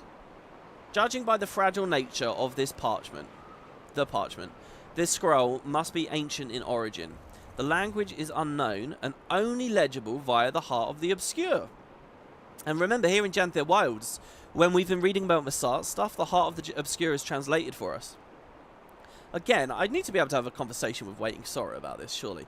Anyway, though you do recognise symbols associated with Janthir. Now, I want to pause there straight away. ArenaNet would have put this into the game knowing Janthir was the next mini-X pack. Knowing. So I think you can fairly look deeply at this. But what does the commander recognise? To me, the only symbol associated with Janthir is one symbol, and that's the eye. The triangle and the eye. Maybe there's loads of them. Maybe it's rotated or something. I don't know. So here's the actual note. So this is from Janthir. And by the way, that doesn't even say Mursaat. It says Janthir. And we know there's a Mursaat connection. So this is worse than a Mursaat token. This is very loosely connected to the Mursaat. Very loosely. As for the actual information on it, I mean, I have no idea. And I'm really curious in the live chat or later YouTube comments what you guys think. This is crazy, though. Who's speaking? Why are they speaking? When are they speaking? We don't know, except that it's ancient. So, the magic of this world. Okay, and then when it says this world, we're talking about Nayos, I think. I don't think we're talking about Tyria. Or are we? I mean, this parchment must be ancient, but it's in Nayos, so did it originate in Nayos? I assume it did. Not all of the documents in this little quest originated in Nayos, but I'm assuming this one did. So whoever's writing this must be talking about Nayos? I don't know. Or they could be talking about Tyria because it's associated with Janthir, and Janthir is on Tyria. Up to you guys to decide. I have no idea. The magic of this world, question mark, courses with the power of our people, and this power can be turned against those who would defy us. When we march to war, the land comes with us, our home, forever in our arsenal. Woe to those who would block our path, for they will face not just sword and claw, but the very essence of Nayos itself. Where we go, they will kneel, as it must be. Now, my best interpretation of this is that this is a Nayosi demon that wrote this. Because that thing about kneeling, you remember Eparch? Eparch says, Eparch's like last thing is, he will kneel before my resplendence. The whole thing about kneeling is a thing, I think, amongst these guys. But also, like, when you look at the Kryptis invasion, they bring their gooey, gross stuff with them, you know? like the world is the people. Like the demons are a part of like the terrain. Where we march, the land comes with us. Like it's kind of like Nightfall, you know. They're gonna infect the land and make it goop and stuff. And we kind of see the Titans in Janthir Wilds doing a similar thing. But yeah, our home forever is in our arsenal. So to me, the main body of text here is a Nyosi demon writing about Nayos the realm and how the Nayos will move across. But it's associated with Janthir for some reason, which is really weird. The only other associations we have with Janthir is the Eye, is the Mursaat, is Saul, the White Mantle. And none of those things look like demons or bring goop around. That's gold and alabaster and jade, right? They're like purple jade, quote jade, unquote. So it's just very weird. But that was it. That's the Mursaat connection as it would seem. So with all of that now said and done, let's get to your comments on the last part. Because, holy shit, you guys have got some cool theories. Alright, well, hold on. So let's just roll through. I skipped something here. Oh, yeah, okay. So this document here... It's very small, apparently. Can we make it bigger? Oh, my God. I took this screenshot while I was running around. Wow, that looks like Oblivion. The way I've stretched that there. That's like when you read a book in Oblivion. With the colour and the fucking stretched big font. So this is some of the Astral Ward in Nayos at a camp. And there's like the refugee sad sack demons, remember? And they're writing about them. They brought in another group of demon refugees today. As and remember, this is just a human. This is just a member of the Astral Ward. Just in camp last year in Nayos.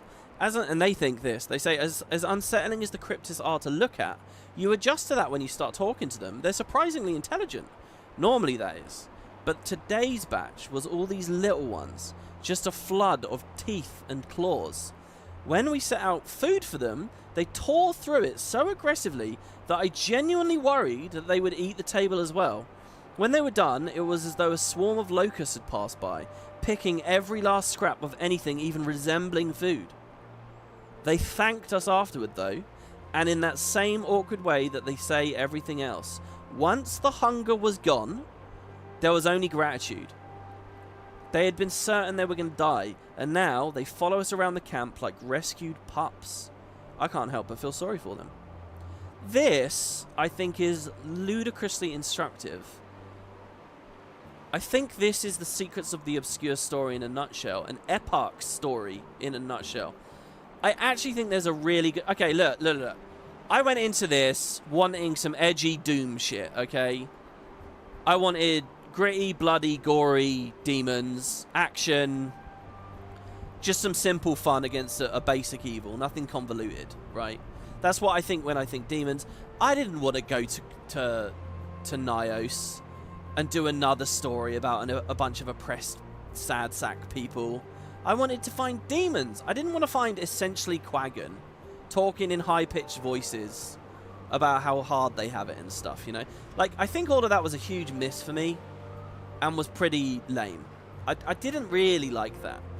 But looking back and looking at notes like this and looking at the Epoch thing, I think ArenaNet had a really cool idea. And their idea was this. They were saying, look, we're not going to do something ludicrously shallow. We're not going to be completely shallow about these demons.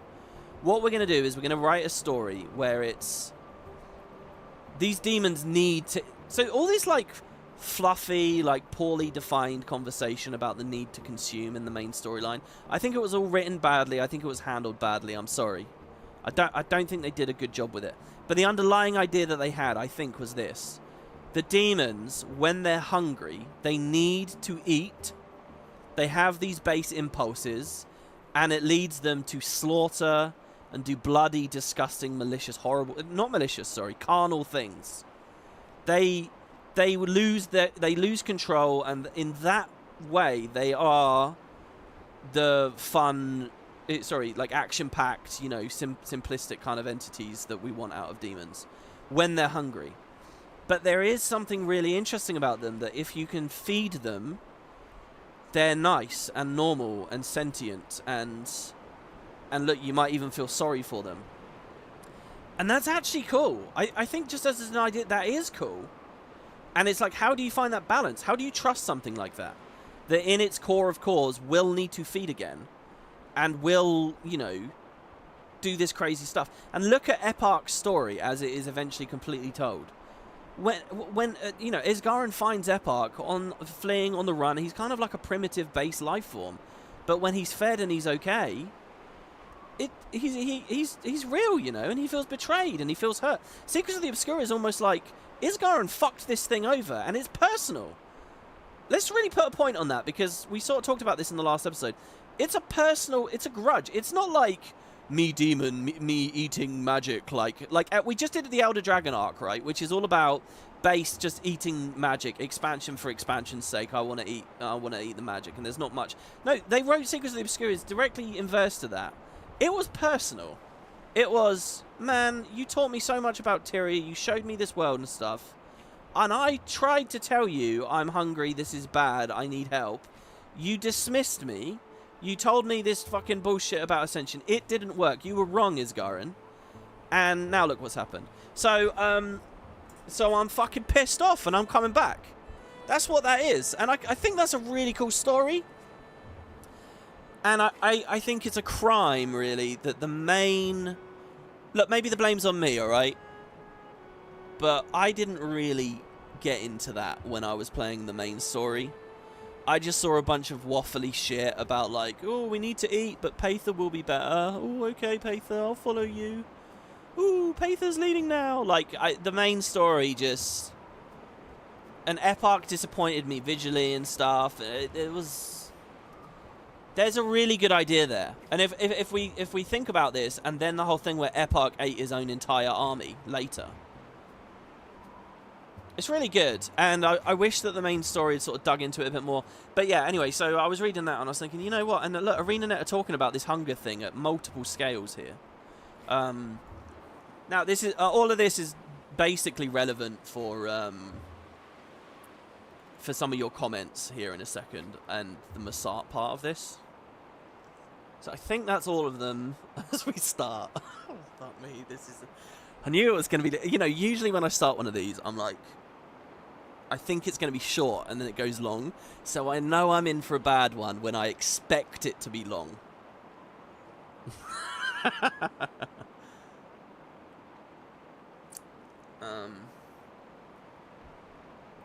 Oh, yeah, and the consuming emotions bit as well. I'm not... that sort of went over my head there as well, to be honest. Okay. Sorry, yeah, let me make these bigger here.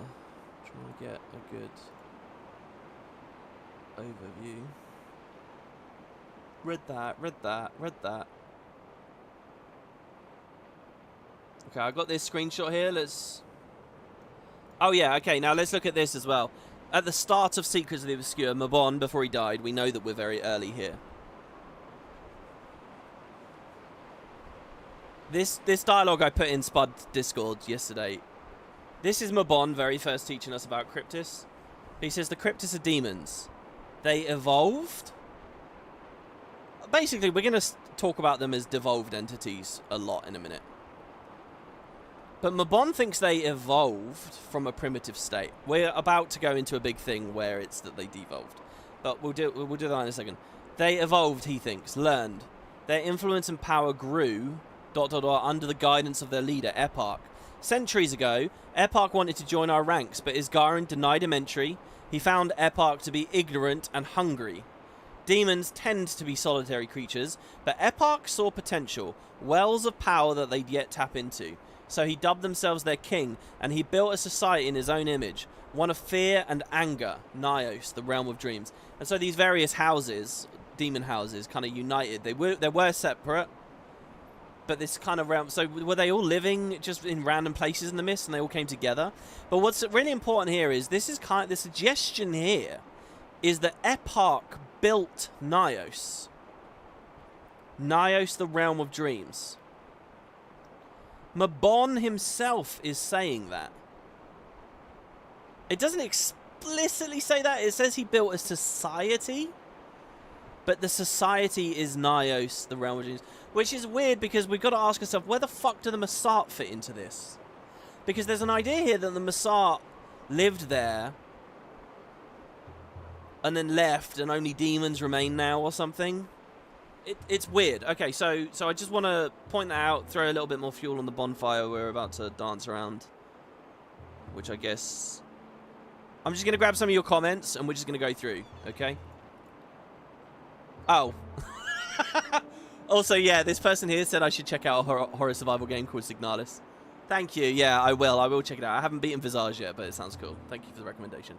Okay, here, I got this message on Discord. This was a DM from Lorkeen. I think this about sums up a lot of what I want to talk about. Lorkeen. Oh, what is wrong with me? Control Z. There we go. WP, I think you were right about the connection with the Sylvari and the demons. It can't be a coincidence that they keep mentioning demons dreaming of Tyria. Even the Sylvari think it's very similar. And Mordramoth was creating minions using the Mordram pods, which copied the live beings being put inside. But the Pale Tree can create the Sylvari without a source. She's using blue pods at Asterea and the Dream. Is the Pale Tree pulling or copying souls from the mists? Remember how she feels off these days? And doesn't this look demony? Blade Master Diarmid. I think I've mentioned 3 times in these streams, whenever we've talked about this connection, that, yeah, Diarmid and Axemaster Howrith and stuff look very Kryptis-y, yeah. Also, on another thought, what if Decima and Greer are the twins, who either consumed the Bloodstone and transformed, or their twisted souls ended up in the Foundry and there they became Titans? This would mean that the killers, who turned the land crimson with blood 250 years ago, are still here. Yeah, a lot of you guys have said that to me as well. Is it possible that the 2 Titans are the twins? As far as I know so far from the story, there might be, but obviously we haven't beaten it just yet. And about golden cities, what if Aral was not made by the gods? Either everybody builds golden cities or something is off. Well, yeah, I mean, this is like what I mentioned with the whole divinity thing. Why can we find there the Altar of Glauce and Giganticus Lupicus, both things belonging to an era before the arrival of gods and before the last dragon awakening? Glint was purified at the altar with a forgotten spell, and she says, I remember only fragments from the days before the forgotten performed their ritual on me. It sounds a lot like how do we say this? Divchir Nava? The Ascension Ritual? Look, the story is that the gods gathered a bunch of relics and put them beneath Ra. It's not a coincidence. The gods did that. So, if you're suggesting that there was like a Mursaat built it or something, I don't think that's really a thing. The gods they tried to hide certain things away and they took powerful artifacts. Like I said, I don't even think the Aura of Glauce was originally there. Didn't they move it? Someone told me there was some lore that the Altar of Glauce only works in specific places on Tyria or something, but I don't know. Anyway, so just some thoughts there. Largely disconnected to the bigger thing, but we'll get to it in a second. Maybe this is it. Here we go. I'm just going to say Matt. Matt says, regarding the conversation about Eparch, Inner Nayos, and the Mursaat, I could have sworn that I posted... This is an amazing comment, guys. I could have sworn I posted my theory on one of the previous videos, but I can't find the comment anymore, so I'll post it again. I apologize if I'm being repetitive. Can I just say, guys, you're not being repetitive. Feel free to post them again. If I miss them, I miss them. Sometimes, by the way, if you type too much or you put links, it will throw it into the auto spam filter, and then I'll never see it. So you got to be careful. Was Arat ever described as a golden city? I genuinely don't remember it. I feel like it probably was, yeah. Probably somewhere. Again, that's the thing where you just get the prophecies manual out and have a read. But also there's like the Kaith cutscene at the end of the core game. Obviously it's not golden by the time we get there. But there was a lot of golden things. Anyway, right. I find it very interesting that the architecture of Zakiro's Citadel is incredibly similar to that of the Wizard's Tower, and I don't see anyone commenting on this subject. I did comment on it when I was playing through it, but there wasn't much more to say. I just thought, you know, it's kind of cool that the expansion was about us going to Hogwarts, and then there's evil Hogwarts at the end. That's about it, really. That's all I thought. This, combined with the etymology of Kyrta and the beings in Nayos being called Kryptis, in my opinion, leads to the understanding that there is a connection there. So what are you suggesting there? That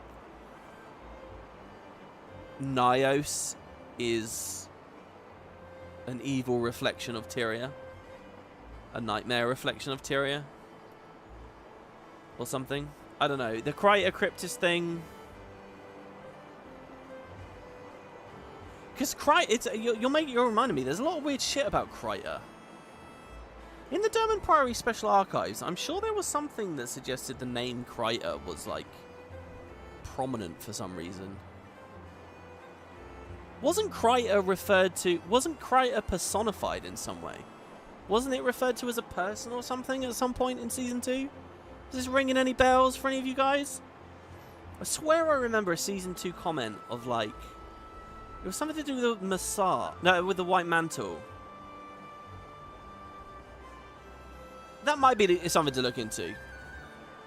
I remember once upon a time, ArenaNet did have a random little line about Kyrta, and they referred to it in a bit of a weird way. How does this link to Kralogan? I don't think Kralogan's gonna happen. Anyway. My theory is that what we see today in Nayos is a fallout from the war between the Mursaat and the Seers. Perhaps the demons are some iteration or prototype of the use of souls as a power source of magic. This would explain their insatiable hunger to consume. Like the Bloodstones are used to protect against the Titans, and the Shadowstone is used to protect against the Kryptis. I don't see how Bloodstone protects against Titans, by the way. Bloodstones protected us from the protected magic from the Elder Dragon. They're just giant batteries that held magic that the Elder Dragons can get at. These parallels scream to me two sides of a war that ended up devastating the... So I think your specifics don't really line up with me. But basically here, you say these scream to me of two sides of a war that ended up devastating the pocket dimension of which the Mursaat came from. ... Eparch's letters even fit into this timeline. He shows up in Tyria without really knowing where he is, and he's soon attacked. Isgarin saves him, perhaps out of some sense of guilt for what might have happened. In the end, Isgarin comes to the conclusion that it is a lost cause, closes this chapter, and starts preparing for a future attack. The irony is that if this is true, the only person who has this perspective is Isgarin himself, since all the others who could have this information either died or did the Ascension ritual that conveniently erases past memories. TLDR, Inner Nayos may be the result of a magical nuke fueled by the souls of ancient Krytans. The demons are the remnants of these souls, twisted by the desire to consume, like some kind of sentient proto-bloodstone. So, I don't know about all the small details, but I think big picture you might have nailed it. So for a long time I kind of didn't like this idea that Kryptis were Mursaat. But I'm kind of becoming a believer, guys, that, I mean, they're even named similarly. I'm kind of becoming a believer, maybe one of the houses at least. I don't think like Canaxa or House Orcus and all that. Don't forget, Nayos was bringing together lots of different demon houses together in unity. But maybe we can say that some of them, yeah. Like, it kind of does feel like maybe in the giant war between the Seers and the Mursaat, they could have all got fucked up off screen. Of course, that means that we may never find a thriving Mursaat society. But I kind of feel like ArenaNet... You know, remember the last part? There was that guy in my chat that was confused about whether the Mursaat were really extinct or not. I can kind of imagine Janet being like, well, let's tidy that up by making it really true. Let's tell a story about how the Mursaat and the Mists died as well. I kind of... And, you know, it's such a huge ordeal to actually think about letting the players go there and see them one day and take all the mystery away. Kind of like when Balthazar appeared and all that kind of shit. So why don't we just write this big grand story about how about 1,000 years ago or something they did all die, by the way. And what's left are the Kryptis. And, you know, so there's this thing, like, Mabon is like, oh, you know, the Kryptis have been evolving. But, you know, there's this thing about all their great architecture.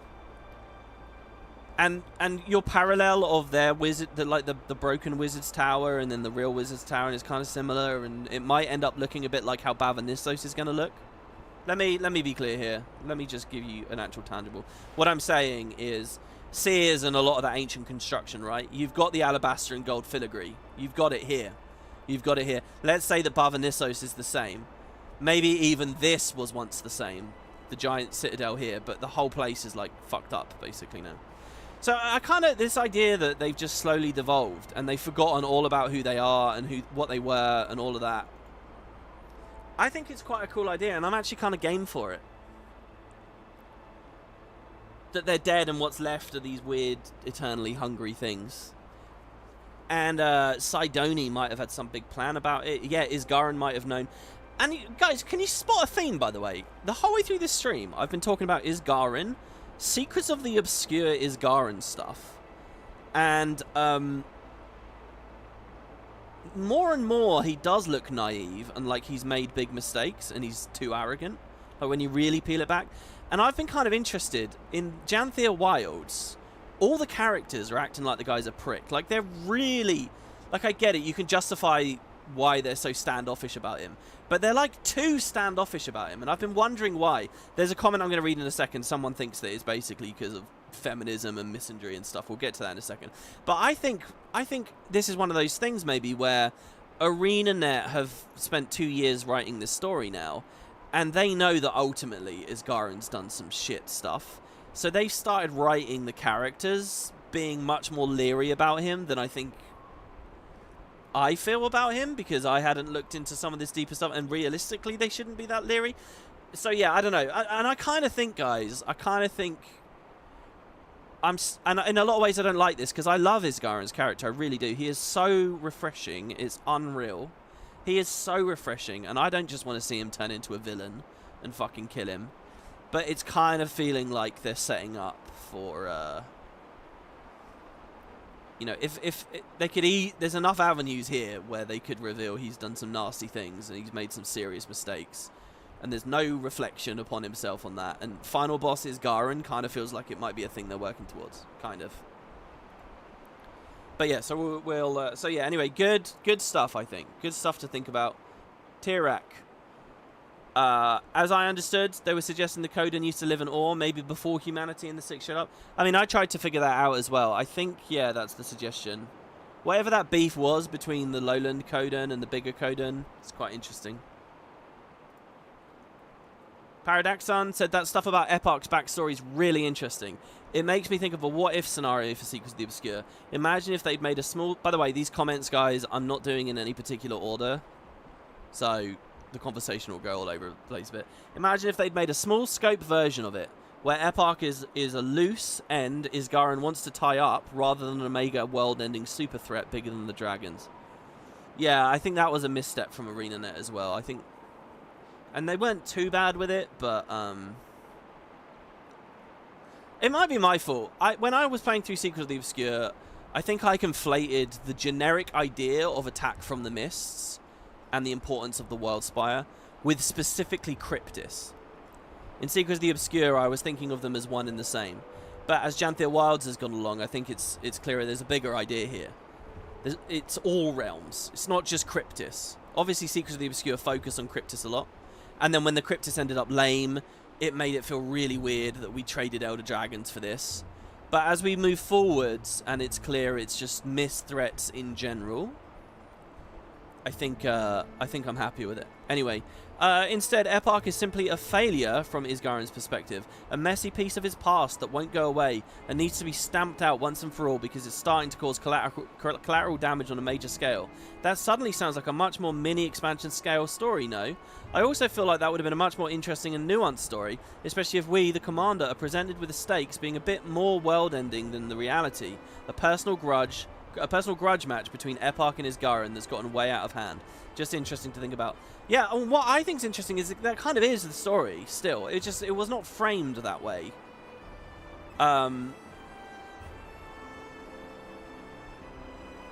Yeah, it's amazing actually how much those lore documents at the end of Secrets of the Obscure from the Maguma Jungle recontextualize all of it. Isn't it amazing? Like, and that's not a good thing either, I think, because if the really good story kind of only becomes obvious with a side note in the last instance that you really have to reflect and chew on, I don't know. But yeah, I like that as the overall principle. Because this is one of those things, por qué no los dos? Why not both, right? Hope you guys like my accent. Okay, next, Gabriel. don't know if you'll see this, but my thought process for Janthir and the Wizard's Court is this. Isgara saw Mursaat get wiped out, and the magic they used to hide their city in Janthir was undone. This guy's talking about the Titan Crisis, and he's talking about Tyria and Mursaat. Isgara saw that the Tyria and Mursaat got wiped out by the original Titan Crisis. The magic they used to hide their city in Janthir was undone, so Bavanisos appeared. Isgaren then sent Mabon to re-hide it for whatever reason. Yeah, I agree. I think that's what happened. With either wizard magic or Mursaat magic. That's a good point. I didn't think about the fact that, yeah, Mabon could have used the exact same thing. But we don't... Yeah. It could have, it was hidden initially. I like that idea. The city is hidden again, and storms cast over Janthir to keep anyone else. No, I think the storms are related to the Bloodstone explosion, probably. Don't know for sure. Mabon dies, and now Bavanisos is open again, or is about to be. There's a book somewhere that talks about how the Kryptis were trying to get there, and now Titans are here as well. Something is in Bavanisos, and everyone wants it. Now, I've heard a couple of mentions of that as well. I don't remember seeing that in Janthir Wilds yet. That there was, that the Kryptis tried to get into Bavanisos? Have I seen that, guys? Is that going to be in this side quest I'm about to do, the Cryptid Chase? I was assuming that was going to be about Bigfoot or something. Obviously, I mean, those words, what's the word? Homonyms? But they're not actually the same word. But then wouldn't Mabon have spoken up about Kryptis? Well, I think the point is that Mabon doesn't know because he's been ascended. He's forgotten all of these details. And who is this Femsart as well? Dada? And what does she remember? It's so weird, guys. It's... But I love the idea that the only Mursaat, that all the best, most enlightened Mursaat died in the realm of dreams, and the only ones left are the exiles and the scumbags, and they get themselves essentially wiped out through their own fucking issues. But remember, Janthir Wilds just told us that there's more Mursaat as well, like that they cast themselves to far corners. There's always space. That's what's so good about this lately, that they've kept doors open. All right, next. Next level. I'm trying to not get my hopes up too early, but if ArenaNet eventually does something cool that recontextualizes Nayos and the demons, like what if the demons are Mursaat that somehow devolved, got corrupted, cough, sundered, coughed. Now that's an FF14 thing, and I only just learned about the sundering at the end of Shadowbringers, so I don't want to really invite any conversation about that, because I'm sure there's some cool Endwalker shit about that. But anyway, I don't know if you were ever able to look back at the secrets of the obscure patches and exclaim, holy shit. My trust in Guild Wars 2 writing would be partially restored then. Though realistically, even if we see Nayos in a new light, nothing could wash the grime off of the Demon Civil War plot itself. And I couldn't agree more. Look, it wasn't told well, and Paether is supremely uninteresting to me right now. Just because it's such a hokey retread of the story we've done a ton of times. And on different scales as well, you know, it's so similar to the Desmina thing as well. But yeah, we'll see where they go with it, what they want to do. Next level was that comment, this one here. Shogun says, I believe Nayos was once something beautiful, but was tainted by something like the Void, which caused them to flee, and maybe the ones that stayed were corrupted became Kryptis. Kryptis always felt like primordial beings still coming into early formations, like something not quite fully evolved. Bear some elder ones like Paether. Yeah, and I don't know, I want to look with one of the great houses, one of the demon houses was I can't remember her name now. We talked about her in the previous part. But she had brought like art and culture to them. And Kanaksai kills her. And then she's gone, and then they have nothing. And it's interesting to see. You can see that as a realm, it's devolving before our eyes when you look at stories like that. Next, I was talking about Palawa. This guy says Palawa Joker. I'm a big Palawa Joker fanboy here since Nightfall. Normally, I would not agree on them bringing back a dead character, but Joker is a lich.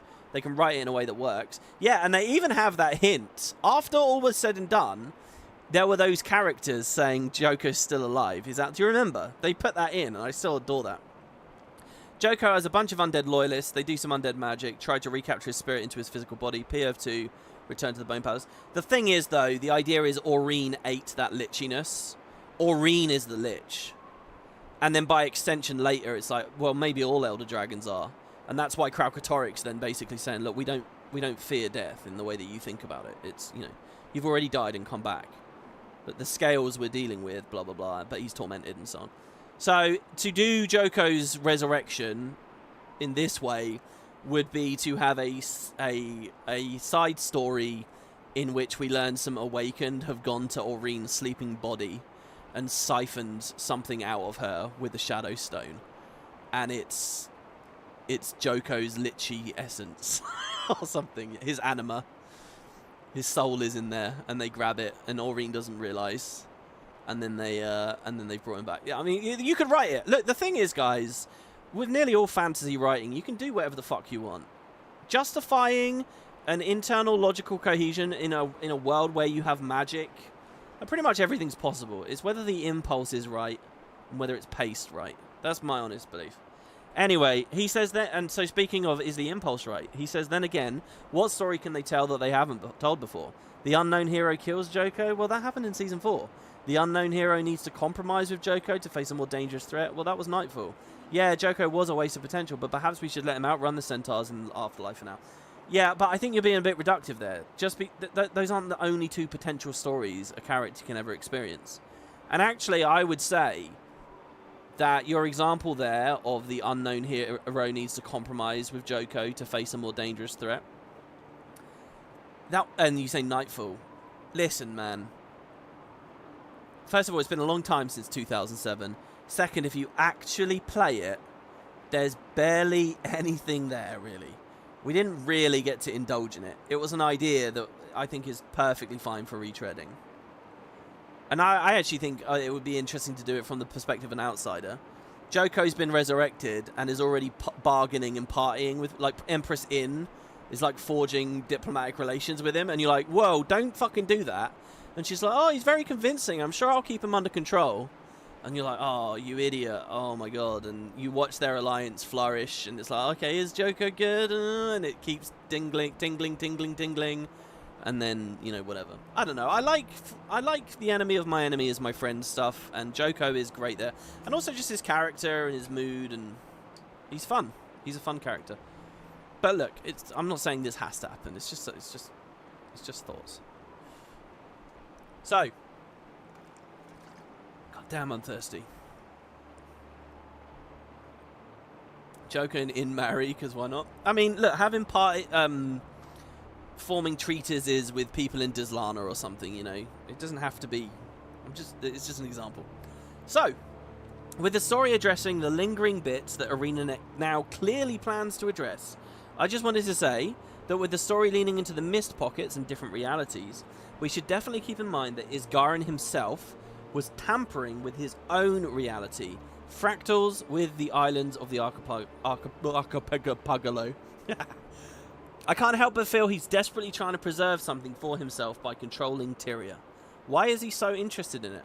Why does he invest so much of his energy into keeping other mist entities out while he essentially remains its gatekeeper? He clearly doesn't have other races' best interest in mind, as he's okay with torturing them in the islands, yet punishes those like Eparch when they're drawn to Tyria just as he was.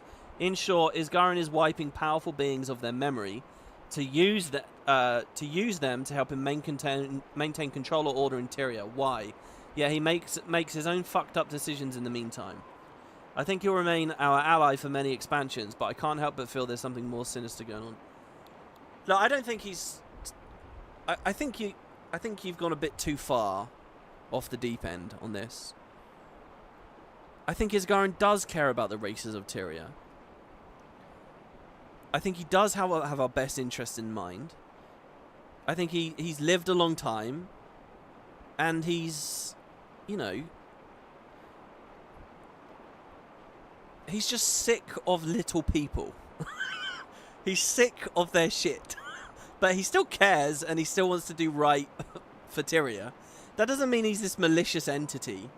And yeah, it might turn into an us versus him kind of thing. And he may have made mistakes and all that, but I think I don't think he's like this evil. I don't think he's torturing people in the fractals. All right, the fractals only got fucked up and spread out into Tyria and given permanence and life because the world spire broke. He didn't plan for that. He was experimenting with fractals just like Dessa and the Asura were, you know. And again, we can say that the consortium are selfish and whatever, but are these echoes of reality real life? And, you know, if you're really going to start going down the morality of that, what does that say about the commander going in there over and over and over and over again for loot? You know, if you want to canonize that. So, I don't know. I think you've gone too far. But I think what I really do like that you're doing, you're remembering the fractal thing, which is a weird wriggle in all of this. And I don't know. Look, exegetically, it's clearly, fuck, we got to make an expansion. We need to do something where we can reuse assets, right? That's why that story exists. They needed to be able to reuse a bunch of shit. So, and I haven't seen Janthir Wilds talk about that for a second. Have you noticed that? Janthir Wilds opened a lot of doors. It's remembered a lot of details. It's built a lot of faith. It's done things very concretely. It hasn't mentioned Drock's Forge. Oh, no. It did actually, didn't it? It said, oh, the citizens have probably got to get somewhere to live. Sorry, so they said that much at least. But it feels like it's not a spotlight. I don't know. ArenaNet might just move on from it. I'm not sure. Something to think about. Next. We're nearly done now, guys. Nearly done. I mean, look, this is just me bouncing off of you lot. I just somehow feel like it's not enough for me to just respond in the YouTube comments anymore. Like who's going to see it? Who's going to read it? Who's going to give a shit, you know? At least here we've got it on screen. Get a bit of a conversation going. Not a fan with how the writers... Oh, okay, here's the misogyny thing. Not misogyny, misandry. Man-hating. So let's just cut through the shit here, right? This guy, Ophium, says, not a fan with how the writers trying to frame Isgarin as a bad entity. And again, I agree with you. When I've been playing this expansion, I really liked Isgarin, and I've been like, no, they're suddenly really off about him.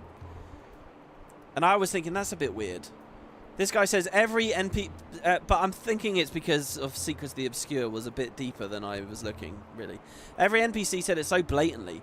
They just met him like 5 minutes ago and said, yeah, I don't like him. It's just weird. Maybe he's just allergic to bullshit because he's seen it all. So far, the demonic Pather is good. Waiting Shady Sorrow is good and full of empathy. And boom, bad Garen just because. Like, what the hell kind of writing is that? There's a hidden pattern here. And the hidden pattern he's alluding to, but too nervous to say, is it's because they're all women. And Isgaren's a man. And it's the same thing as, like, why June gets... in the minds of the people that have been talking about this, especially since End of Dragons... It's like June gets the redemption story, but Minister Lee doesn't. It gets a response, heck. It's been going on for at least 3 expansions now. And like if you look at the Lion's Arch scene, the Tyrian UN, it's like nearly all women. You know, like there's that moment where... oh, fuck, what's his... Lawson Mariner's there. And I was like, oh, Lawson Mariner, that's really cool. You can kind of look back and it's like, oh, it's just to get at least one man in the room. Because nearly every story has basically just put women in charge of every nation and torn the men down. This is the conversation that's going on in the background that I don't really care that much about, don't necessarily agree with, and turns people's communities into shitholes filled with culture wars, so I don't really go on about it. But, And then there's another response here from Banjo saying, if there really was this all-knowing, smug entity that has powerful objects, hasn't showed his face this whole time, been lurking in the shadow, you'd been a bit suspicious too. And he says, I don't see he's smug at all, he's pragmatic.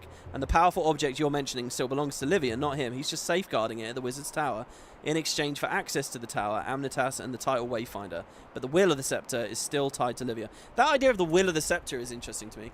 But yeah, so I don't know whether we're going to end up having, oh, is Garen's bad? I don't think it will just be based on the fact he's a man. You know, the impulse for the writers to big up women and show women in good positions in society and stuff is not a bad impulse. It drags the storytelling down if it gets too predictable and tropey and hacky. I give you that. But this is one of those things. I mentioned Malice betraying us for the benefit of her own legion. If Malice ends up taking the scepter of Orofus and running away with it, I think that would be an amazing story. And I don't know, that kind of plays against the gender hand a little bit there, doesn't it? And what was the other thing I was going to say? Something about... There was something, I can't remember. There was something else I wanted to say on the note of this. But yeah, I think Isgarin... The devs have known he's a bit dodgy for longer than we've known he's a bit dodgy. Unless you really thought a lot about some of the underlying Secrets of the Obscure stuff. That's kind of my thought about it right now. I don't want... What I'd like most is... Look, if you want to bring gender into it, Malice should betray us, and Isgarin, everyone should hate on him, and ultimately he gets vindicated and he's proved to be right. Okay? Because we don't know how these stories end. We have no idea what they're setting up right now. And if they go in those two directions, well, that doesn't play into the hidden pattern, as you put it. But we'll see. I guess we'll see what happens there. I kind of ummed and ahed on doing this comment because, again, I don't really like indulging in this stuff. But I'm also a bit sick of pussyfooting around everything. So there you go. There's my thoughts on that. Next. This one here, I think. This is from Hardy, who had an amazing comment last time. Talking a little bit about Cordicus. One of the last comments here now. Things I took from Cordicus in History of Violence stuff. The team left in Janthir after Cordicus left, I believe, is still there. I do too. In History of Violence Part 1, the last letter states they aren't willing for Cordicus anymore. In your last video at 2 hours 39 timestamp, they found out the curse isn't there anymore. So this must have been the time when Mabon died last year or sometime after. So it's possible we'll run into this group on one of the next maps. Either dead, or we gleefully get to tell them we bashed Cordicus's brain after he went Bloodstone crazy, which would be funny. Yeah, there's a weird thing I don't understand about these people lingering after Cordicus died. Like, Season 3 was ages ago. Mabon died last year. That's a huge gap. During Path of Fire, during the Icebrood Saga, during End of Dragons, and the year after End of Dragons, Cordicus is dead. And what? These White Mantle guys are still banging their head against the wall, getting nosebleeds? Your war is over. You have no one left, and yet they're still just up there. So I think ArenaNet have got a job to explain, like, just how fanatical these guys are. You know, what is it? Another sub-faction, like Zera style? I don't know. The other thing is that none of the History of Violence stuff or anything on the map, as far as I can recall, explain what caused the Bloodstone explosion or when. Now, yeah, you're not the first person to say this. Obviously, I've not beaten it. We're on step 8 out of 10. I guess it doesn't get explained in this expansion. What, like, it's not a main story thing, the Bloodstone explosion? The other thing is that none of the history, explains it. Don't know if that's an error on their part, but I think it's an intentional mystery. I mean, the only thing I don't like about that is if I were the commander and I saw another Bloodstone like that, I'd be like, what the fuck? But I guess we don't know how long ago it happened. The commander doesn't know, and we're preoccupied for now, so. My best guess would be that the Mursaat that are still around when the first Titan attack took place used it somehow to either hide or gain power to fight. Or one or more of the Titans absorbed it, and that's what makes them unique compared to the Guild Wars 1 Titans. Yeah, I think you're right, and I think it could be the twins. It might be that the twins ate the Bloodstone and became Titans somehow? Question mark? I don't know. Again, the line about Titans manufacturing before was it was the torturing of souls, not the infusion of them with magic necessarily. And don't forget, they got this whole thing about Mistburn as well. Light spoilers, not to spoil too much, but the meta has the Titans draining the Bloodstones, and you have to stop them. So it could be a bit of a hint of where that Bloodstone went. See, but then there's still so much power around. It looks like an uncontrolled explosion to me that someone feasted on a lot of it, but not necessarily all of it. So there you go. And maybe there's a third Titan. It could be a raid boss. Who the hell knows? So there we go. We did all that to try and avoid those spoilers, and there we have it. We've just talked about in a comment. We'll play the meta, possibly today. This guy said, do you think Greer and Decima could be the twins? We talked about that already. Sorry to you. Not getting a particularly big response, but we did already do it. Narek says 2 points. 1, on Eparch. From the memories, it does look like he was just a random demon that got to Tyria, because demons like to invade other planes and consume people there, as we know from Guild Wars 1 lore. He was saved by Isgaran and then given education and culture, but he did not have basic self-control to not kill people and eat them, so Isgaran kicked him out. And again, it's really easy for us to gloss over this, but if Eparch really did fucking slaughter and kill a shit ton of centaurs, like, Isgaran's not wrong to be like, okay, this was a bad idea. There is risk into finding people's redemption, you know? Like, Mabon is painted like the new Saul. He's like this Jesus-like character. He finds all these people and he redeems them and he makes them happy and they all love him, and there's these NPCs talking about how much they love him in Nayos. Like, he found all these people and helped them. That's exactly what Isgaran was doing as well, but it's a gamble, you know? And Isgaran lost that coin toss when it came to Eparch. On Mursaat, does ArenaNet tell really artistic story here about effects of a long war on society?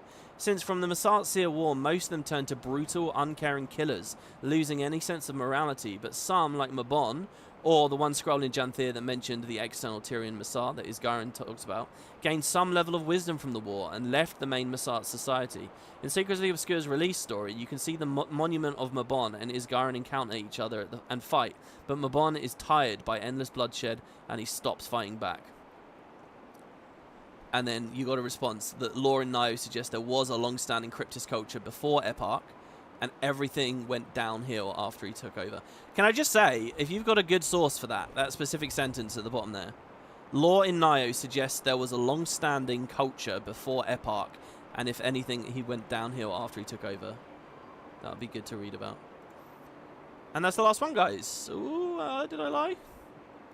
Almost the last one. Yeah, Nayos was really disappointing. There was even an achievement about the history of the Kryptis, but as far as I can tell, you just press F on a bunch of objects. There's no lore there. Yeah, it's crazy how empty it is, right? And again, I was thinking it was underwritten due to real-world stuff, but I'm not going to underestimate the game. I'm going to say that it's a mystery to be pondered. And finally, I really enjoyed that portrayal of Saul in the letter. I think it makes a lot of sense. He was built up as a messiah figure, even to himself. For people to have followed him and his orders so unquestionably, it had to have been based in faith. I liked the way it was written because to me, it felt like he was the hero of his own story. We can look at it from an outsider's perspective and think he comes across as crazy, or to look at it with the perspective of hindsight and say he was everything bad he said he would fix for the people of Gavril. But I think, to a desperate population, those kind of messages can be very convincing. When a community is struggling to survive, it's very comforting to hear from a benevolent-seeming figure that they will fix everything for you. I would even think that Saul would thought every word of that letter was true. He may have been passing through spreading the good word and never looked back to check on the results of his occupation. In his mind, things have turned to the side of good and he's on to the next one. At least that's my take on it, yeah. And the more that Janet can get what you just expressed in-game, the more happy I'll be with the storytelling. Because I think that's very human, very cool and flawed, and just good storytelling, or the kind of storytelling I like. So there you have it, guys. Fuck me. That was 2 hours of chat and reflection and conversation.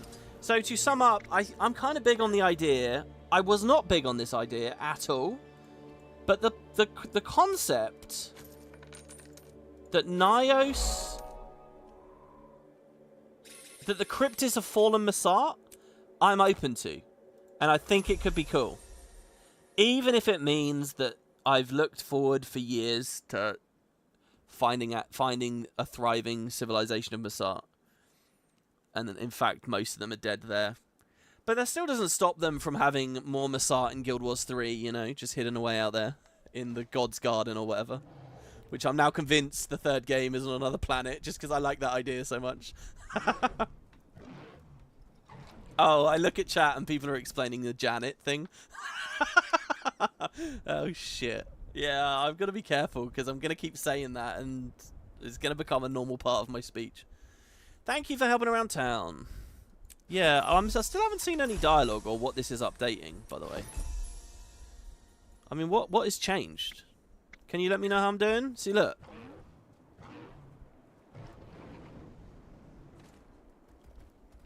I get a title. But I don't think this place has, like, grown, has it, necessarily?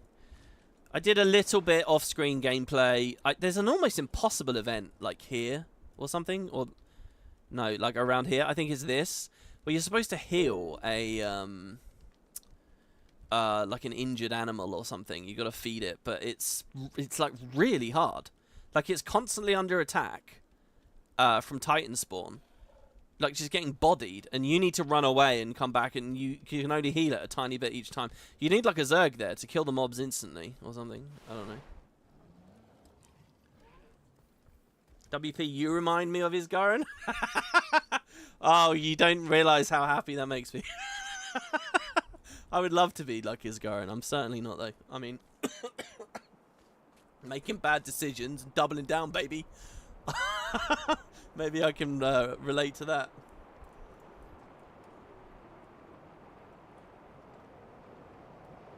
The mod apparently received many complaints about Janet. Yeah, I think I saw some... you guys are talking about a Reddit mod, aren't you? I got to be honest, I spend very little time on Reddit. The Guild Wars 2 subreddit now. For the past long while, to be honest.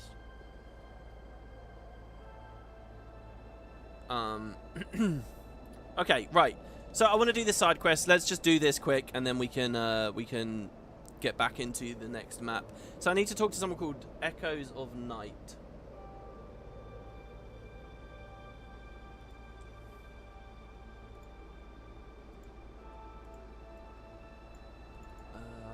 So let's see.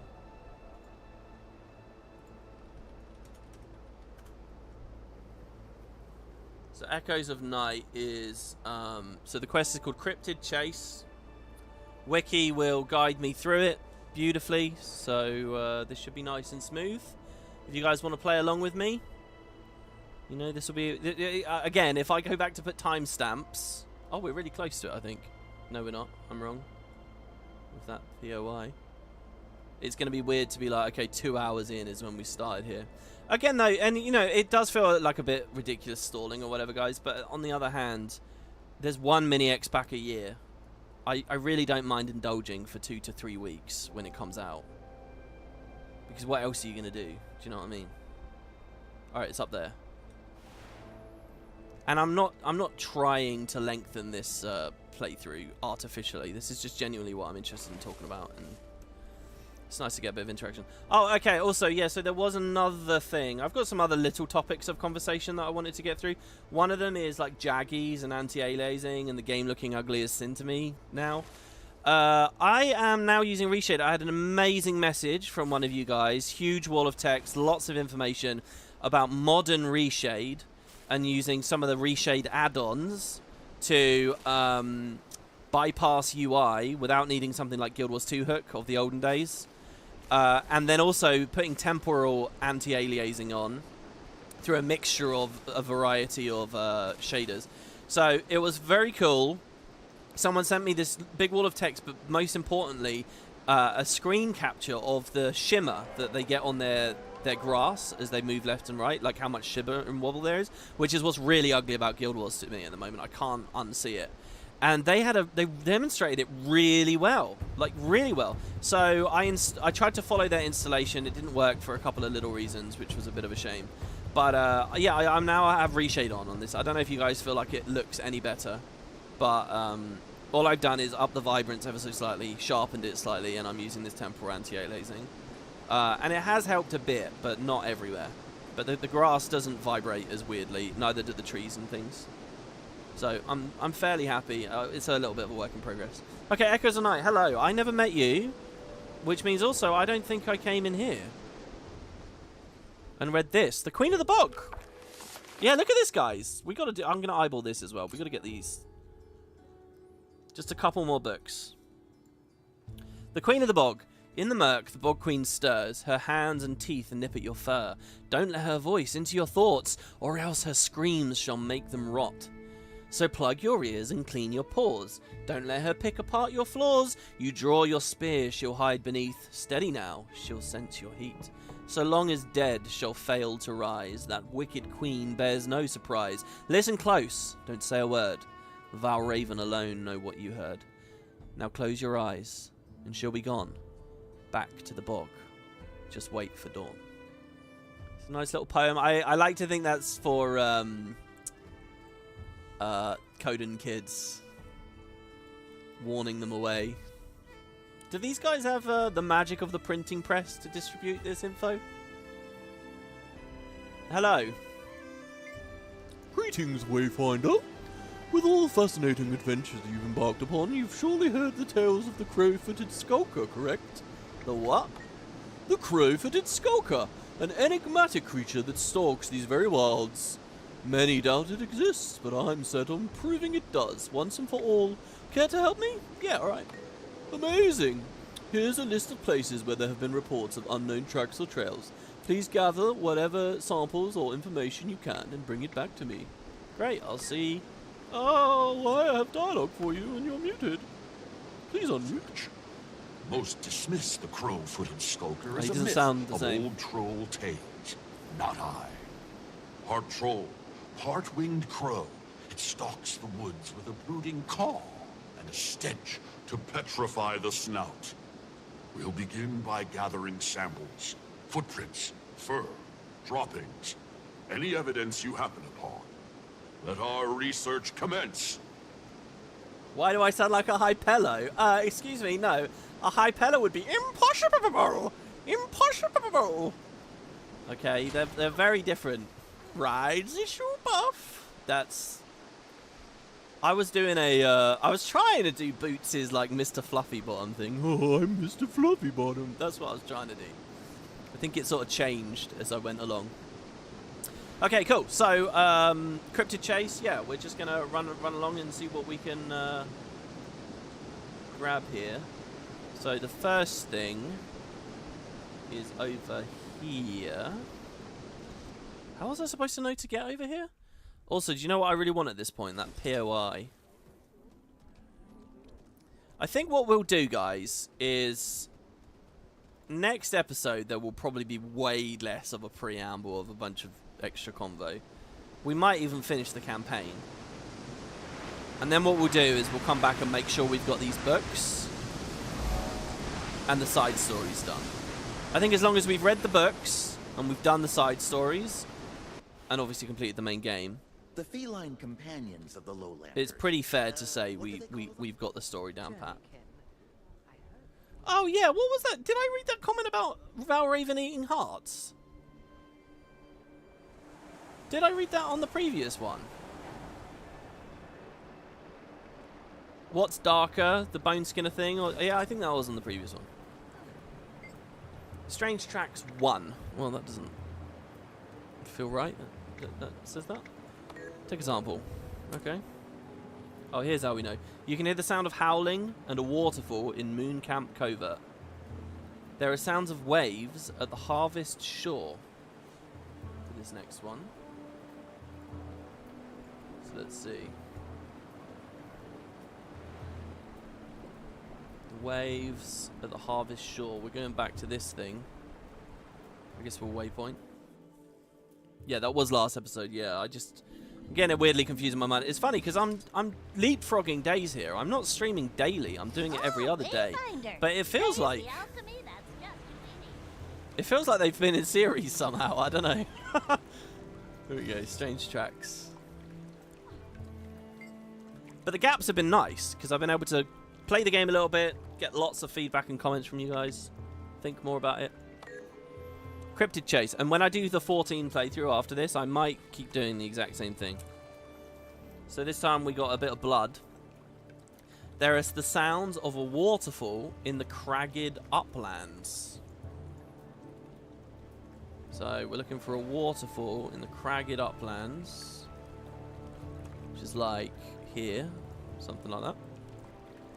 Could grab that POI while we're there. I'm nervous about going to that waypoint though, because this is a huge amount of climbing around, isn't there? So I'm actually going to stay over here. We might actually be able to get a bit of a griffin flight going. I haven't done that at all since we started playing. Like, not once. It's because we do GW2 lore homework on the days off. I think most of the big... I can't imagine. I mean, I'm very keen to see what comments people leave on this next one. I can't imagine what... Well, we haven't really learned much. A hunter! Glad you're here, I am. Thought Barbell was sending me on an easy hunt, just being a reindeer and all. But something's got this one all worked up. Need to tether it to your tourniquet like a salmon before you put it down. Like a salmon? Borrow one of these nifty talkie boxes, so I'll throw my voice in your ear as you go. Get him, Hunter. Be brave. Okay, so near the sounds of fallen trees, this said. It's up in this area here. Yeah, I don't know. Right now, I mean, we've not progressed the story. Who knows? Maybe we'll do the next story instance in a second, and it's got a mountain of new stuff. Epochs in the next instance. And it's not he's a Mursaat, it's that he's a seer. And then we have to go through it all again.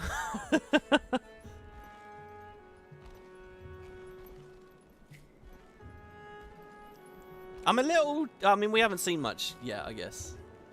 I hope in Bavanissos that they teach me more about Optimus Caliph. He's my favourite Mursaat. Or they're my favourite Mursaat. They're super cool and interesting.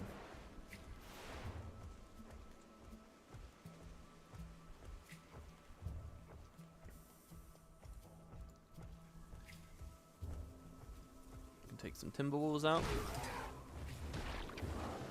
Oh, yeah, I did have some cool comments from you guys about build stuff as well. Somebody had a cool idea of, like, doing a lifesteal build.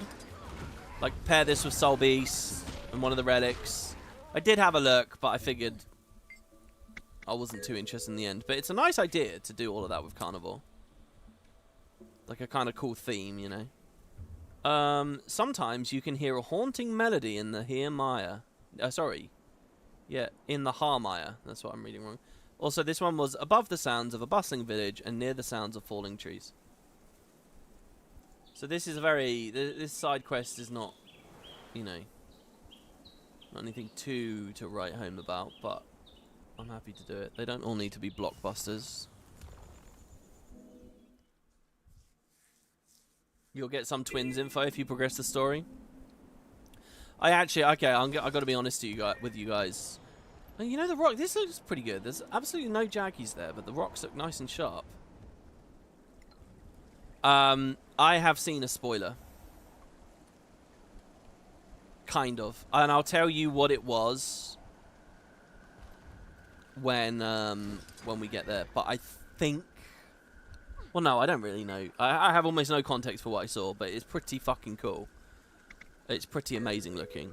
It was while I was digging around on Wiki. There was a certain thing was a link. And I was like, oh, that's interesting that that's a link. And I clicked it. and I realized immediately it was from a later story step.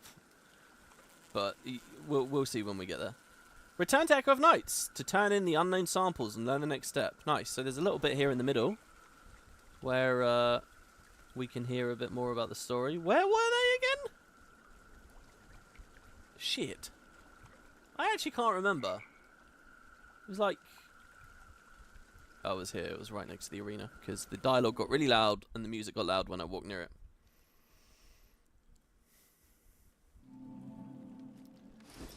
After Balthazar, a seer would feel like Tuesday. I really love that we're kind of... It feels like we're in the middle of like a big... So on Spud, we've been talking a lot about like what is the scope of this story as well. Is it a trilogy or what, you know? I don't like the idea of it just being a hard and fast trilogy. I see no reason for it to be 3 and then just end. I'd like them to naturally and in a lot of ways like just keep going along. But the fact is, when mini X-Packs were conceived of, it seems like ArenaNet could only really commit to the first 3. And if they were hemorrhaging money during it all, then obviously the plan would have to change. Hopefully they're not hemorrhaging money. I feel like Secrets of the Obscure... I feel like Janthir Wilds will have sold much worse than Secrets of the Obscure, though. Just because... To those of us who were disappointed by Secrets of the Obscure, that even less will come back for JW. Because it's that thing where the product never really sells what it deserves. It sells based on what its predecessor deserves, you know? But, yeah, I don't want it to just be a trilogy. I'm really more of a fan of Sisyphean stories now. You don't need to end it. You just keep... you got to do it skillfully. But dragging the story out and continuing to go, you know, will Ash Ketchum ever really win the league? You know, I don't really believe in these endpoints. And again, I wrote that huge, huge script ranking the entire game. And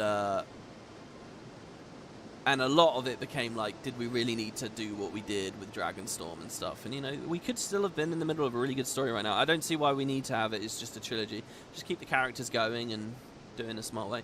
But, so we'll see what we have in store. Greetings again. Do you have all of the samples? Tell me about the crow-footed skulker again. A riveting creature indeed. Part troll and part winged crow. It stalks the woods with the brooding core and a stench to petrify the snout. Most have dismissed it as a fabled creature from old troll tales, although some swear they've caught a glimpse of it wandering the woods. If only we could get so lucky. Did I read that out loud already? Well, look, here's your samples. Wonderful!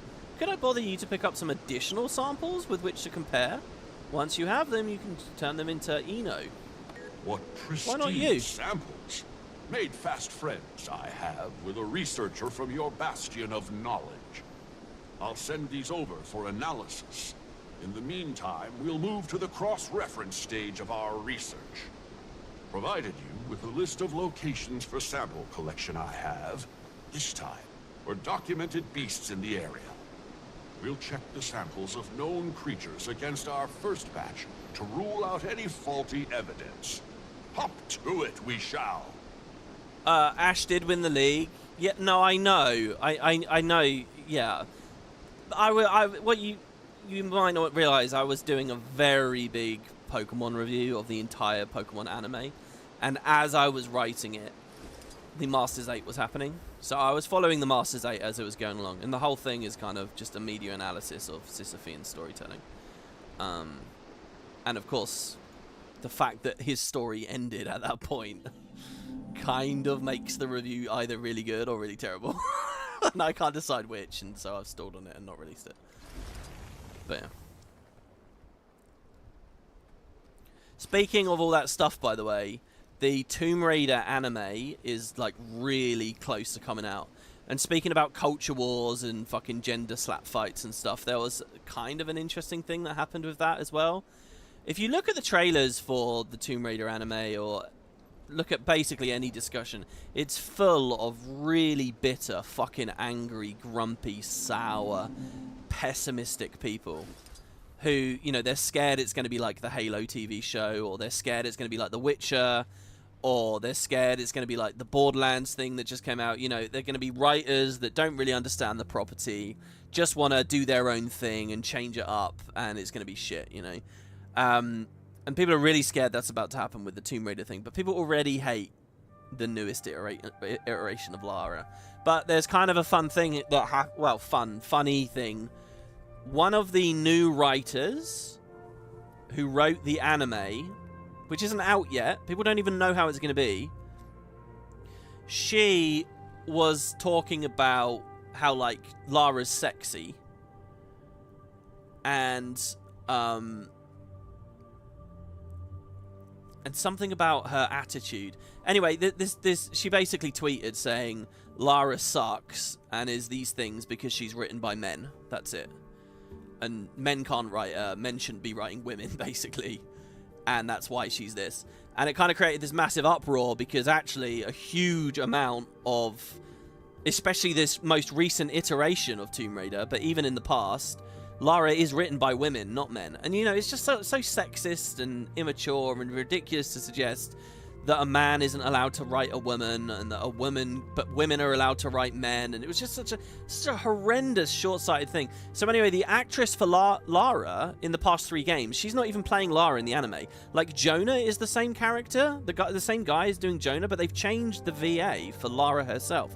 But Camilla Luddington, who you would have heard me talking about a lot, and all of her performances over my Let's Plays of the Tomb Raiders, Camilla Luddington saw this tweet from this new writer about, oh, she's just written by men.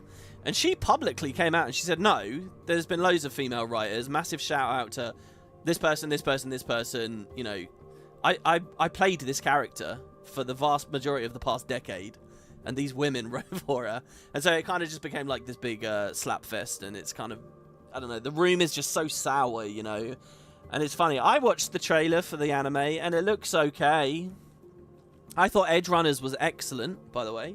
And I thought that the Castlevania anime was excellent. They're both the same Netflix production company. They did really well on those properties. So I'm still hopeful that it'll be alright. But there's definitely a lot of fucking sourness, like, with that. By the way, did we read these? In fact, what am I doing here? We're at the main story step. I'm just running my way to the main story step. What am I doing? This isn't where we should be. Oh my god. Do you know what? I've done that so many times in FF recently. Because I have this quest, right? A repeatable quest that I got from Mordona, which is to kill certain, like, launch primals. Like, repeatedly do their extremes. So I have all these, like, quest icons telling me to go to, like, basic areas, and I'm like, no, I'm supposed to be mining, or I want to do this, or I want to do that, but I just go on autopilot and end up in the wrong place. Again, look at the trees here. There's almost no shimmer or jaggies on the trees, which is good enough. It's the bushes and the leaves that are very bad in Guild Wars a lot of the time. Cool, I'm going all over the place with the stuff we're talking about here, right? Do it. This next part's quick. Oh, sorry, it's too late, guys. Oh, but somebody says that there with a winky face, which makes me think that no, that's all a big lie. And that's not true at all. Lemon juice, the acidity and fragrance. Oh. You have to try this. Good, eh? Yeah. That's a special. It's in that cave, isn't it? I think we've got to go into the cave. Ugh, if I had handed in some of these honeycombs. Barbed Veil must have sent you. I could use an extra spear anyway. Our target is quick. Tether it with your journeykin, and when it's weak, attack. No needless suffering. The village was gifted a few communication devices, so I'll be with you the whole way. Ugh, a little scary what technology has become. So, I can actually fight this thing. It will take a while. I don't know if you guys want to do this with me. This event takes forever, because every 25% it runs off to go and do, you know, and you got to get on the war claw. But if you look at how much barrier and just health and sustain this, I'm quite happy with how the build's going at the moment. Do the jump. The 3 on its own. Not that he's low, but he has a break bar. Probably could have procced that with the 2. 5, I mean. I'm basically hitting this just to get it to run away. That expanding field is kind of sucky. It runs away in 10%.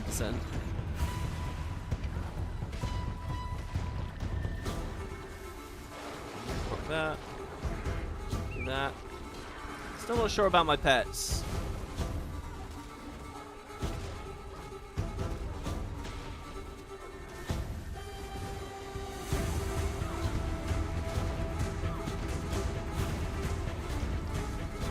%.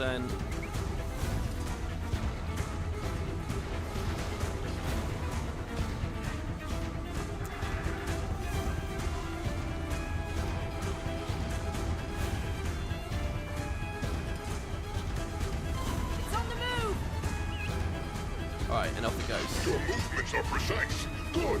Keep it up. Oh, that's interacting with a wisp. That's not what I want. That's not the thing that I need. Huh. Talk to someone about interacting with wisps. I don't know about that story step.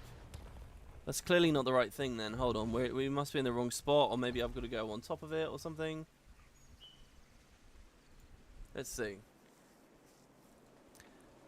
Cryptid chase. Known track 01.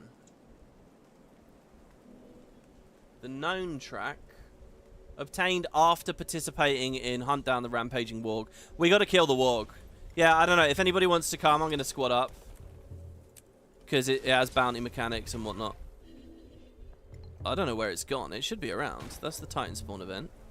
I've done this event a load. In fact, it's weird. Oh, there he is. This is one of the events I've done more than any of the others. How long have I got? 7 minutes. Oh my god. The fly obstructed my grapple. Here we go. Why don't people understand? If you don't like it, you aren't forced to watch it. Like Rings of Power, people complain about that, but I think true fans are just happy to get more of Lord of the Rings. I don't know whether any one person can say what is or isn't a true fan. I kind of get the... If you're a long-term franchise fan, with Tomb Raider at the moment, you know, this directly follows on from the story of the last game. and will be a bridge into the next game. So, you know, people are going to be interested in that, and they're going to want it to be good, you know. There's always this thing with a long-running franchise. If you don't keep what it's doing consistent, people will get upset, you know. So people who got into that franchise because they like Lara as basically a psychopath. Like, she's fucking insane. Like, breaking into top-secret Nevada bases and killing FBI agents and stuff, you know. Or if you like just the ridiculous pulpy fantasy of it. And now the newer iteration is very grim and realistic and full of trauma and pain, and like, she's an actual human now, and she's more vulnerable, and she's not strong at all. You know, she used to be a very strong character, very independent, but sexualized, and now it's the reverse. She's not sexualized at all, but she's very, like, just a complete broken mess of a human being that's, you know, like, where the fun is completely reversed. So because there's that inconsistency, you know, there will always be people that say, I prefer how it used to be. And when this Netflix series comes out, there are going to be people saying, is this going to return to how it used to be, you know? And it doesn't help when they get mixed communications from the studios and the controllers of the IP. For 3 games in a row, Tomb Raider fans were told, we've done a different take here, but it's an origin story that will get us back to what you loved from the 90s. That's basically what people have been told. And the whole way through all 3 games, that's not been true. And her character hasn't progressed at all, and it hasn't changed. So people are looking for the anime to, you know, make progress there. They're curious about it. But it does mean that the room is very, like, heated or whatever. Like, I don't think you can say they're not true fans just because they don't love every part of the franchise. I think a true fan can see where a franchise is doing it for them and where it's not doing it for them. You don't have to love every bit and just bury your head in the sands on the bit that you don't. Any fan is going to be hopeful that the next installment caters to them. Let me put it that way.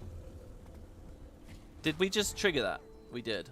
Search the Exoric Falls for Valraven. And that's kind of why I just think, you know, the most important thing is consistency. There's actually nothing wrong with either iteration of Lara. But expectations go all over the place, you know. And that's not just with storytelling, by the way. That's with every element. With the video game, you know, we can talk in terms of mechanics and stuff. You can look at it here with Guild Wars. Emphasis on end gameplay or importance of build craft and all kinds of things. Look at how different Guild Wars 1 is to Guild Wars 2. And how easy it is to see hate for Guild Wars 2 on the Guild Wars 1 subreddit. I mean, I would call them all fans of the franchise, but they're just different flavors, you know.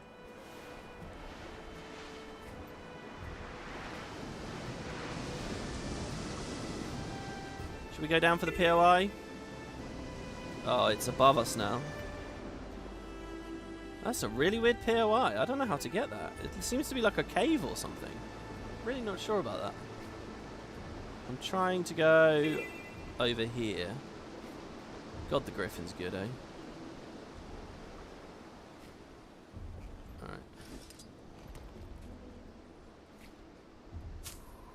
Alright. Reddit's the worst place ever. I find when I'm on Reddit too much, I do get really angry. I do have a thing, right, where if I am just browsing Reddit and I read too many comments, I get really miserable because I can go, you can throw me maybe 50 comments and like 40 of them I'll be like, that's a weird take, or that's a strange take, or you're being presumptive. You're acting like you know more than you do. You've stated something that's a fact when it's not actually a fact. Like, it's genuinely, like, the proportions are, and it really depresses me. So I don't go on Reddit too much because I do notice after a while I lose a little bit of faith, you know. It's not like I know everything either. So, but I do find that's quite funny. It also depends though, you know, if you stay mostly in small communities, there's nothing wrong with Reddit. It's just how you curate your own feed.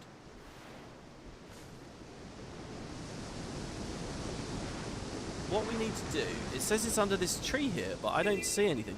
So is there an event?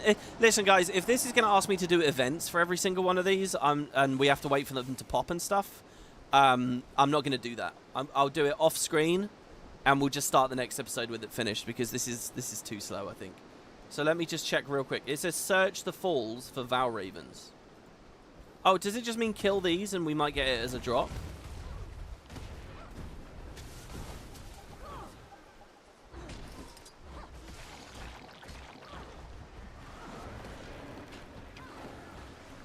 We're progressing a heart by doing this. It's all events at this point? Okay. I'm interested in doing a Valraven event, but it's not up. Like, I think I could just press F in this nest or something. Alright. Well, let's not worry about that then. Let's just go on with the, Oh, even the Bog Queen is one of them? Okay, fair enough, guys. So, look, there is 1, 2, 3, 4 events to do up to defeat the Bog Queen.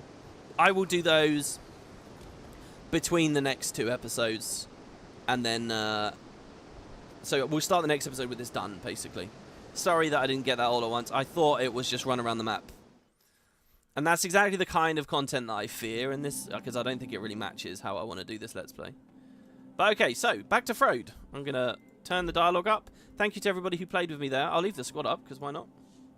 Alright, here we are. We're finally ready to continue. Sorry about all of that, guys. And some potentially depressing tangents there as well. So here we go. Right where I left you. Tell me you've pulled yourself away for a meal at least. Wayfinder, there's been plenty to keep me busy of late, though I don't need to tell you that. Afraid this won't settle your nerves any. We had another brush with the Titans. Titans? So Isgarn was correct. He'll love that. 2 in total, and they're working together. Greer, who we thought previously defeated, and Decima, a lightning conduit. And how did this battle fare?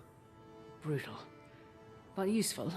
We discovered a possible vulnerability of the Titans, a fragile inner core. The Claw's son was injured blocking an attack, so our battle was cut short. Brave and stupid. A sentiment completely alien to the two of us. How's he doing now? On the mend. We made it to the village healing master in time to treat him. No easy task. Still lying. Carrying a grown Coden to safety. And what did you say was used to treat him? Oh, keep lying. I didn't. The healing master is versed in some level of recovery magic. Trained in the Shiver Peaks. I quite like this. Look at us Interesting. dancing around the I tree. suppose healing magic would be less frowned upon than the more ostentatious schools. Can never be sure who knows more than they're letting on. You're a reader, yes? I was reading a fascinating book earlier. It's upstairs. Okay. You should give it a look. All right. And, act natural. Act natural. Discover the journal entry written by Isgarin. Here's the town record again, by the way. I want to reread this. Yeah, look, it says fucking Saul came to Gavriel. 1069. Look, they even put a date to it. You know, this kind of makes me think that, as far as the timeline's concerned, I always imagine the Char invasion on Kyrta as one big wave that marched across the mountains and that was it. But I guess actually, looking at that manual lore we did earlier and looking at this, it was lots of sorties and lots of small attacks over several years. I guess I look back at the moment in the bonus mission pack where you have that one big fight, and I just kind of assume, oh, that was it. But no, that's me making it smaller than it was. It's like how, you know, when you start pre-searing Ascalon, there's a bunch of Char fighting already right there. You know, there's lots of conflicts. So the Char invasions in Kyrta assaults overlapped with the Guild Wars and Saul's around. This is all about a year before Guild Wars 1 even begins, at least. So yeah, let's see. Is anybody like Decima there? No, I don't think that they are the... So, but look, these two, these are the twins here. Maze... Cordelia, Maze, and Cosmos Maze. Twins. See? And look at that, yeah, arrived 1069 with Saul. Holy fuck. And Rhea Ingham arrived with Saul. Oh, that's so cool that they give you this at the start of the X-Back. I know a lot of these as well. Once again, Dubois there making me think of Disco.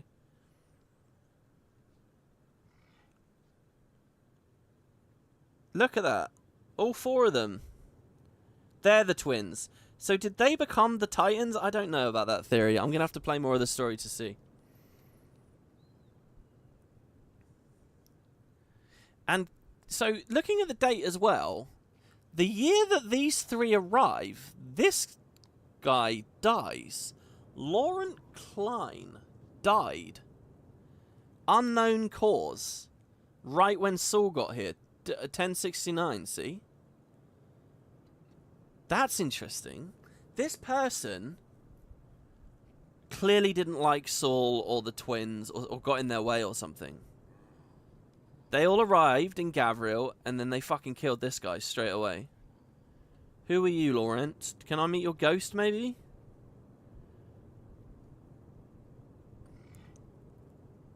And this Town record is page 6.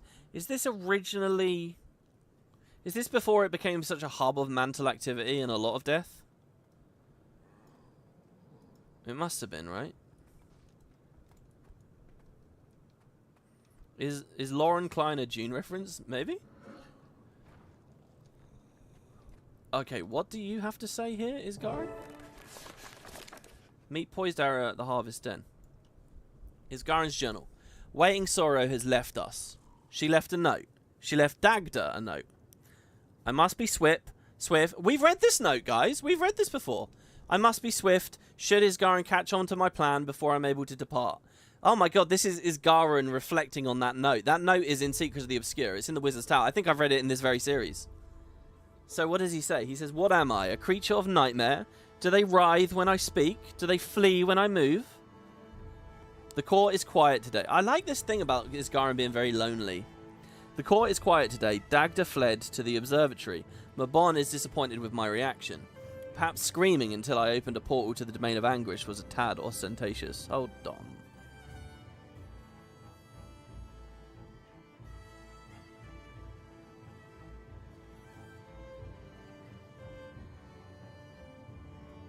I genuinely, I don't know. The court's quiet.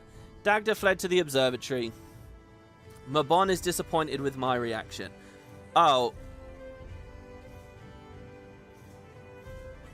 No, but wait, he's being sarcastic, right? Obviously. What does he mean it was a tad ostentatious? He's being sarcastic. He didn't actually do that. Or did he do that? Can I just point out that he's doing Lord Odran type shit, if he can just do that? He screamed until he opened a portal to the domain of anguish.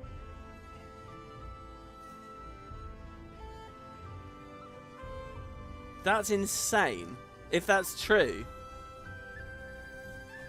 And yeah, you guys have been going on about how he's a drama queen and stuff. What, just because he appeared in the middle of the United Nations?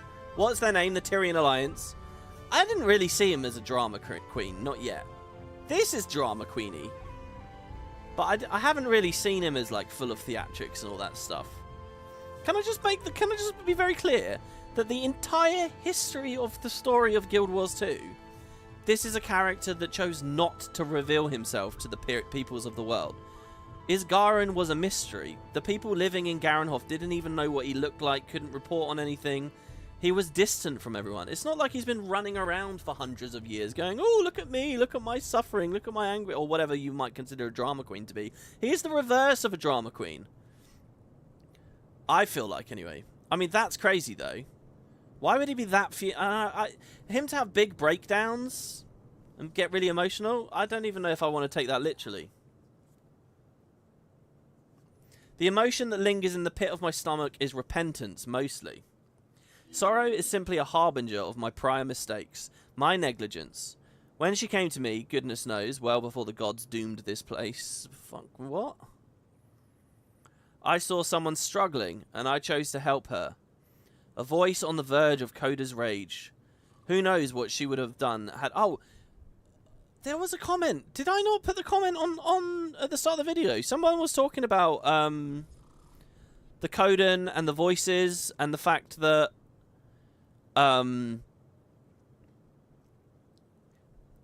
you know, she must have been the voice of maybe these people or someone somewhere to have been open to Coda's rage in the first place. Let's reread this. The emotion that lingers at the pit of my stomach is repentance mostly. Sorrow is simply a harbinger of my prime mistakes, my negligence. When she came to me, goodness knows, well before the gods doomed this place. So that helps us track the idea that maybe all were in Codan were in awe before the gods, right? I saw someone struggling, and I chose to help her. A voice on the verge of Coda's rage.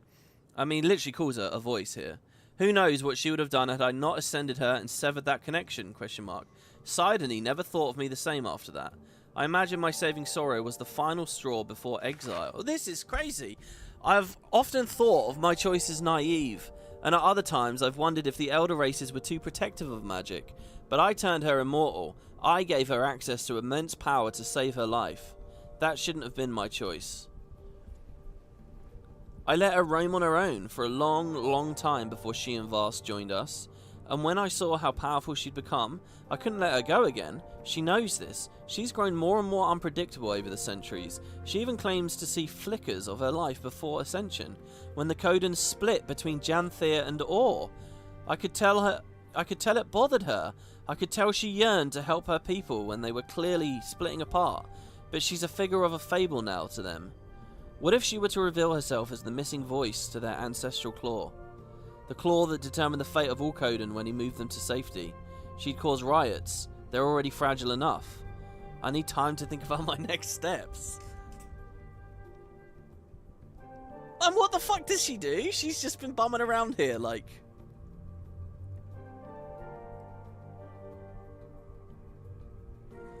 Hold on. Okay. There's so many topics. I guess I'll just do this one first. What if she were to reveal herself as the missing voice to their ancestral claw? The claw that determined the fate of all Codan when he moved them to safety. Okay, so I'm a little confused by this. I'm not confused, but this is news to me, I guess.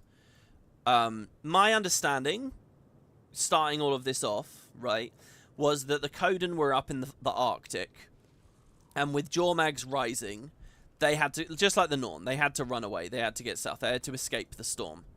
My understanding, though, with the Norn story, there are the spirits of the wild that basically came to all Norn and said, fucking go. So they sort of came down in unity. My understanding with the Codan thing is that they're all separate. They all have different sanctuaries. Each sanctuary has its own claw and its own voice. I never saw them as one nation.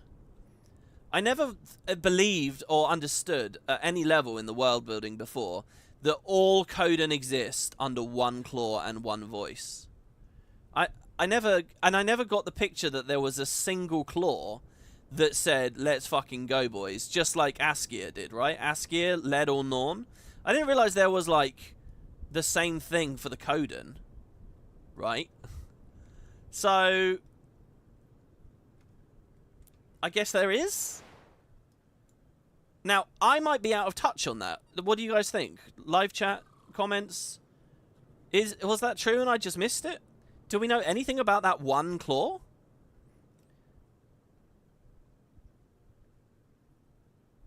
She was the missing voice to their ancestral claw. Now, in episode 1, now remember, this was quite a few days ago, of Janthir Wilds, and I don't know how many playthroughs you guys have done, so how familiar this is to you guys. I haven't replayed it yet. In episode 1 of this, they talked about how these lowland guys don't have a voice, right? They only have a claw. These guys today only have a claw. And I was thinking that's what made the lowlanders distinct from the Arctic ones, who do still have voices and claws. But these guys have only had a claw. So when Isgara says all Codan here...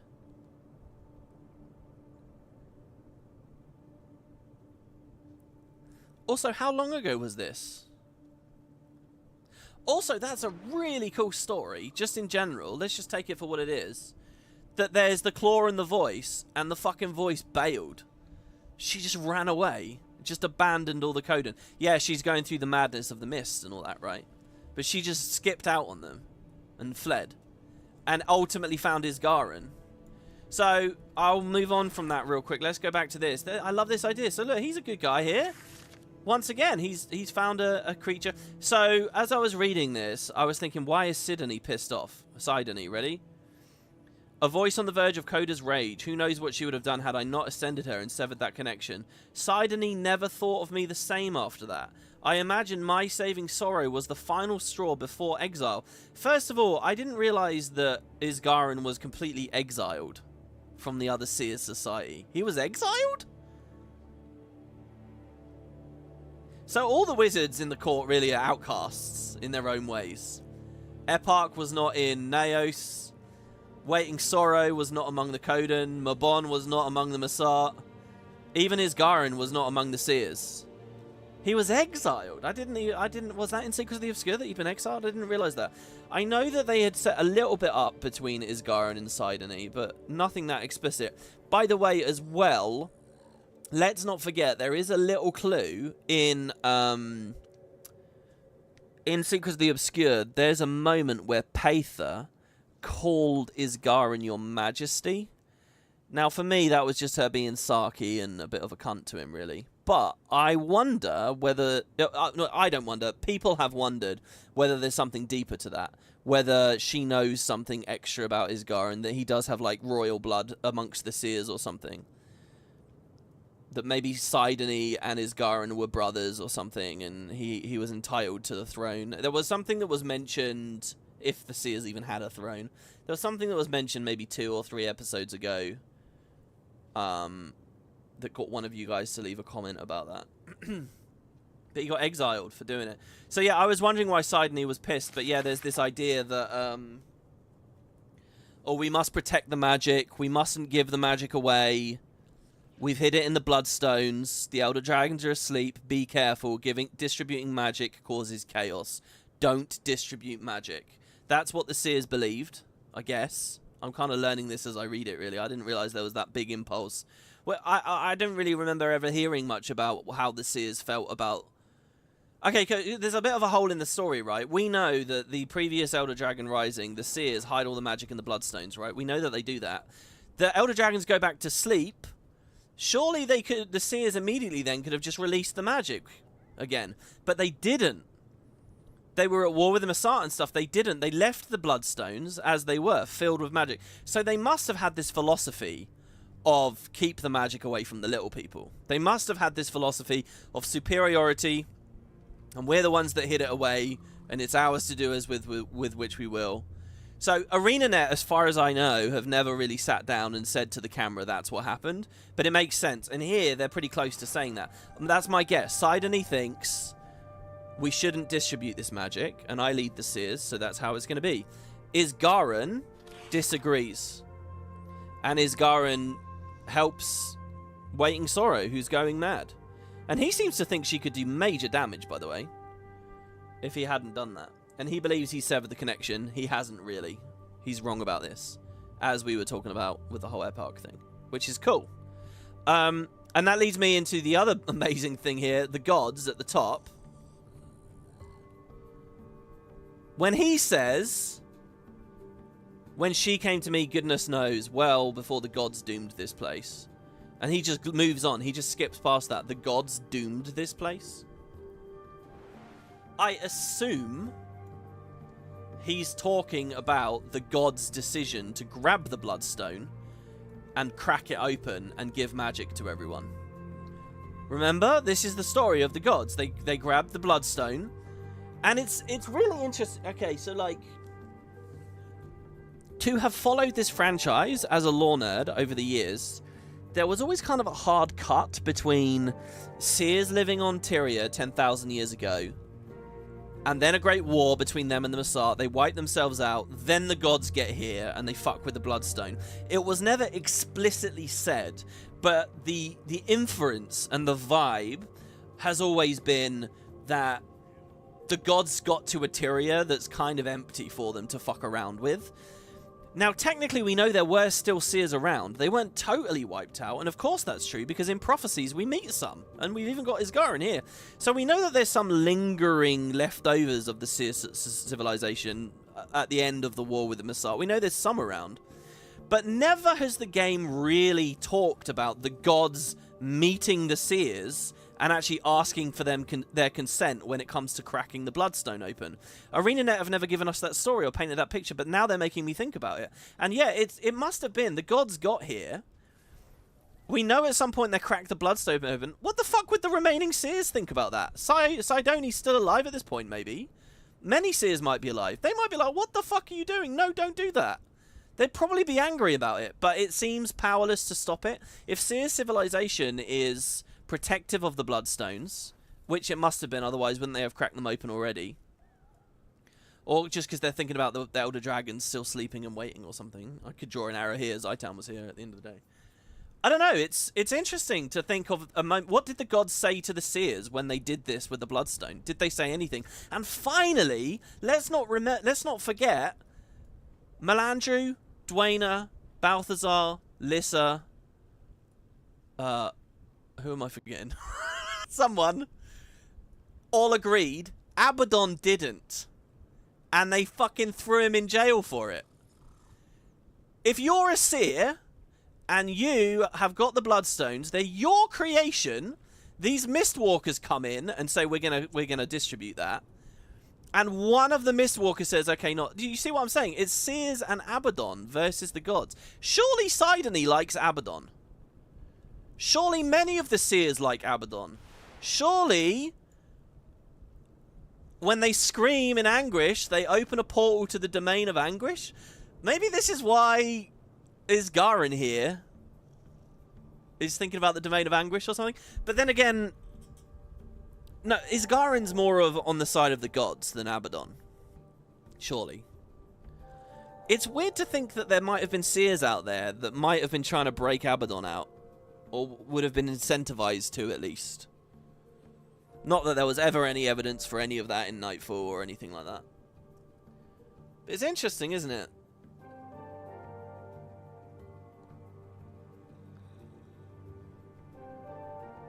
But this has explained some stuff to us, hasn't it?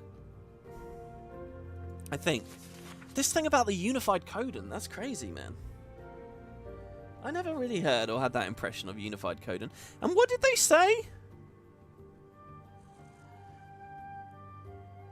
Okay, here's the timeline.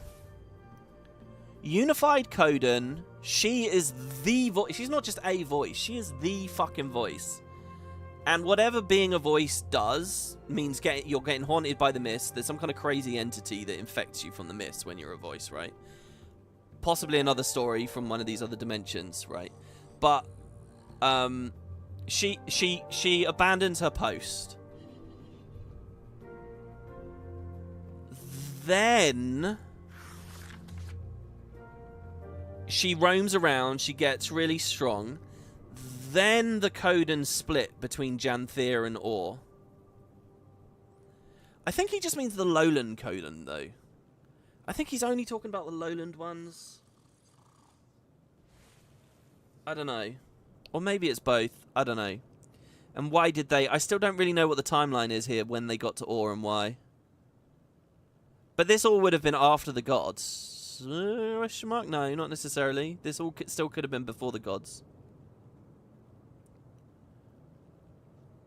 I need time to think about my next steps.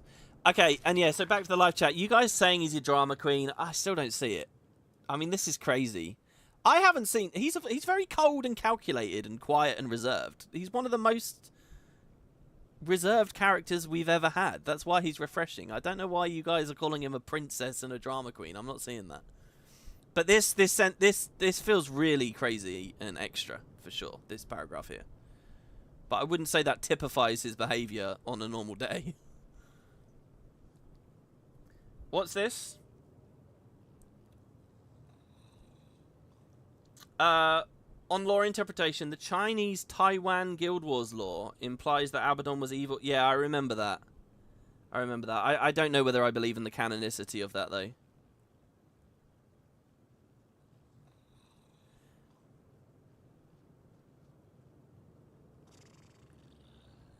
That part feels like a joke to me. Yeah, I think it is a joke. But I don't know. It's a good one.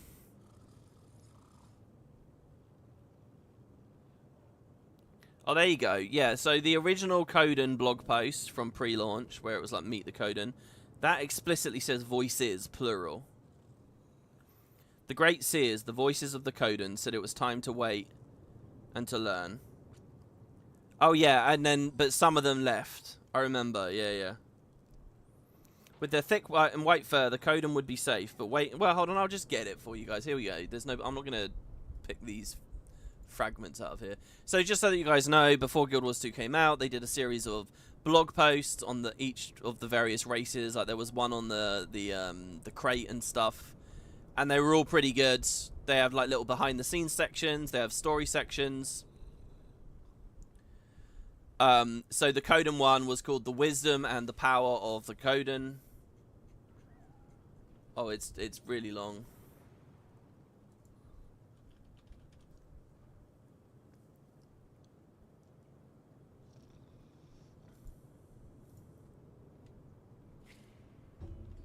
Here we go. So there's this section here called Lost Tribes. I'll put it on screen for you all. Doo-doo-doo-doo. I'm liking this music. Here we go. Lost Tribes. Over the seasons, the Coden spread and multiplied across the land. Their journeys were bounded only by the sea, and everywhere they went, they brought balance to the spirits. They watched and they learned and they hunted, and so served the will of Coda. You'll notice that these Lowlander ones don't talk about Coda at all.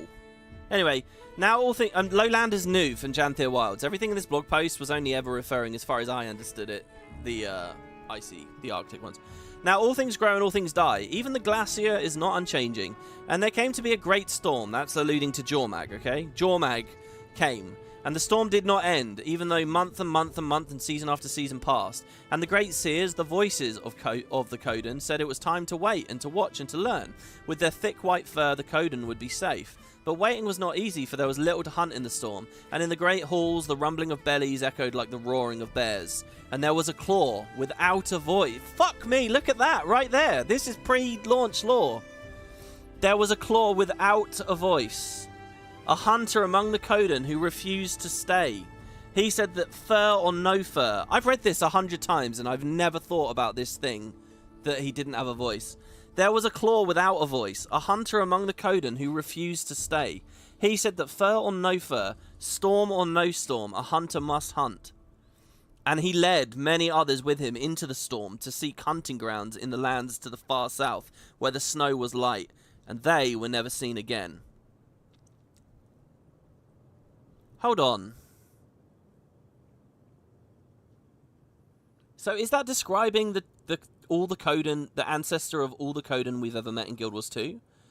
Or was there a second period of time, very recently, between the first and second game, in which a new wave arrived?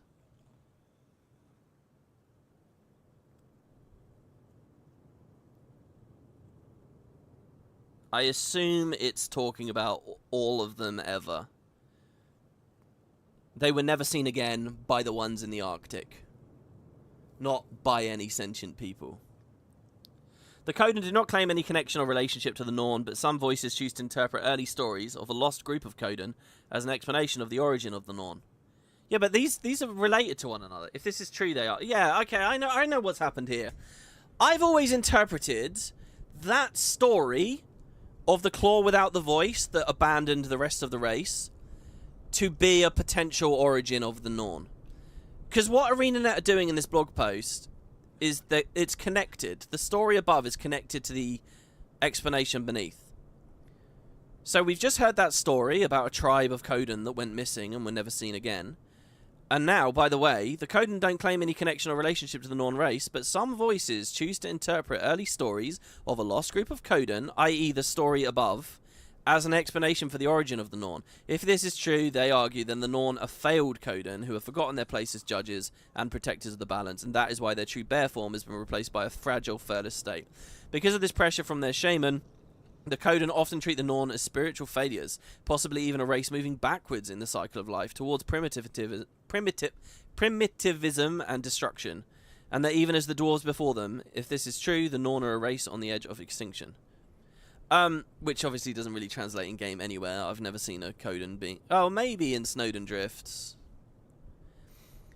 Anyway, okay, so for me, this story was always like an apocryphal piece that maybe explained a connection between the Coden and the Norn, and had nothing to do with the arrival of the actual Coden after Guild Wars 1 was over. Because remember, Coden aren't in Guild Wars 1, they're only in Guild Wars 2.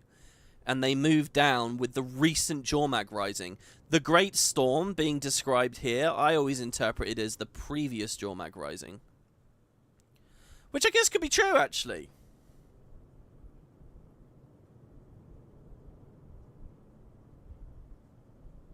I think that's what it means to me. I think what this means, I'll draw on screen. Here's my understanding of the history now, having read that and thought about that. We got timeline, okay? Guild Wars 1, Guild Wars 2. 10,000 years ago. Jormag's first rise, Jormag's second rise, okay? With Jormag's first rise over here, the Coden live all the way up north. A lot of them look like these lowlanders, I guess. They come down. This is the story of a claw without a voice coming down. This is Waiting Sorrow's story with the Great Storm. They all left, they all came down. Maybe some of them devolved into Norn in the meantime or some shit, I don't know. But anyway, that's all this. And generally speaking, then we don't see any more Coden. Some of them came to Or, as it seems, and I think they all died. Some of them were hiding on Janthir, and we never visited that in Guild Wars 1.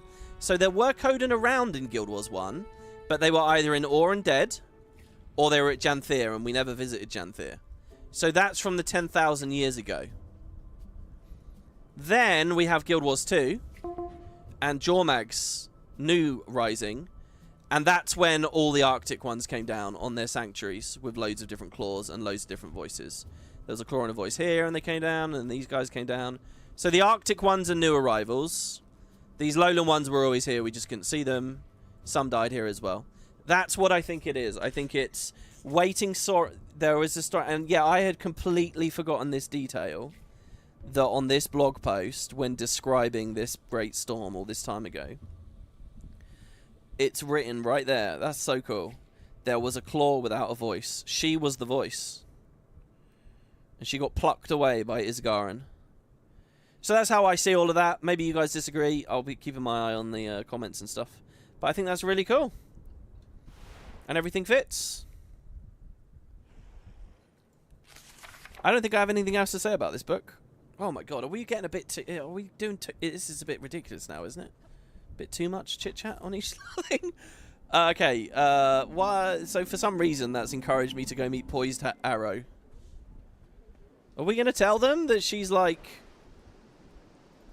the big dick for all of these guys?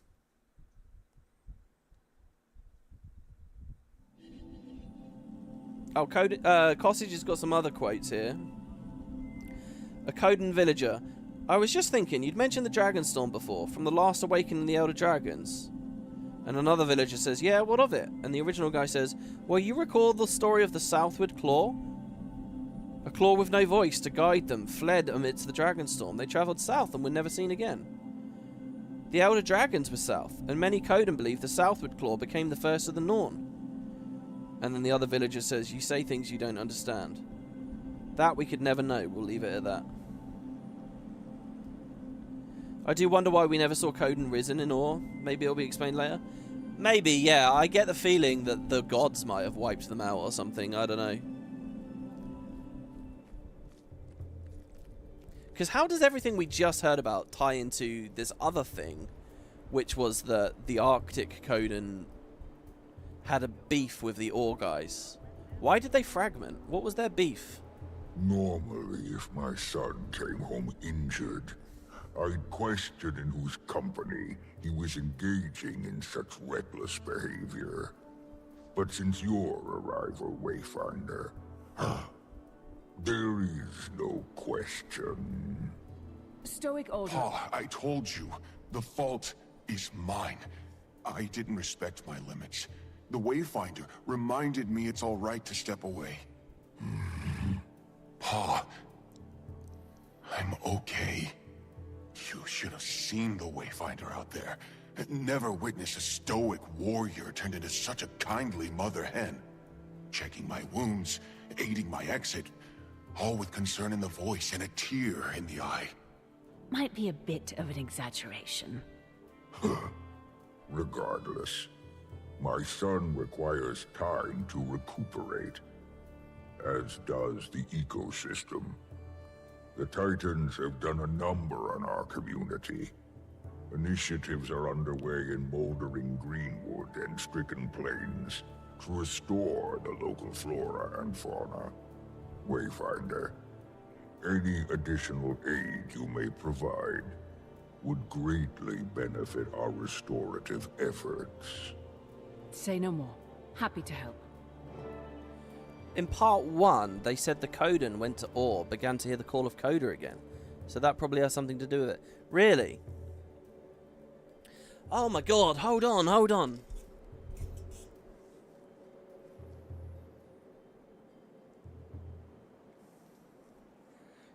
These lowland Codan, right?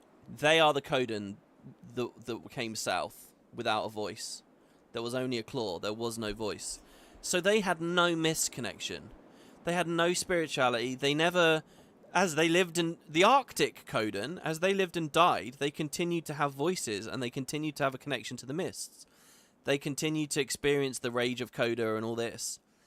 So it's no wonder that none of these guys talk about Coda, because none of that's a part of their life. They only have a claw. They have no spirituality.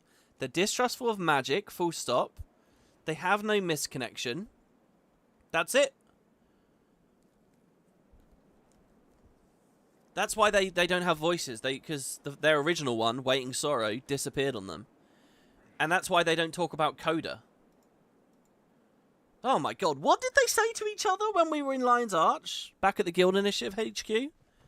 When one of the lowlanders met one of the Arctic ones? What did they say? They said they had beef, but it's like long forgotten or something. So some of the Codan that had no Coda went to Ore and started to hear the voice again. Because of the source of Ore, because of the gods, because of... I don't know, man. It's crazy. I like a lot of this, but I find...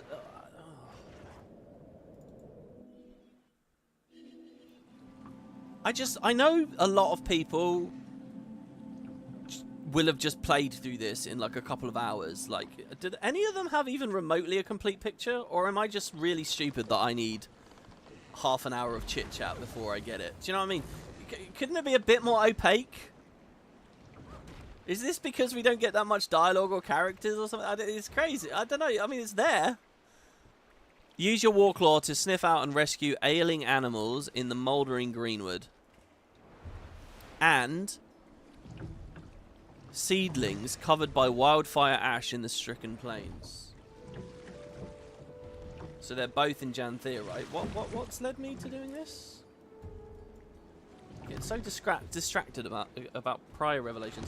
Alder was not pleased to see me, to say the least. While I've long accepted my lifestyle comes with a certain amount of risk, I can hardly blame a father concerned for his son's well-being. I must say, Pokey's resolve to take responsibility impressed me. He also de-escalated the situation rather smoothly. I imagine he's had practice getting his father to come around, and his help was certainly appreciated. For now, I hope to make amends with Alder, in part by aiding some restorative efforts.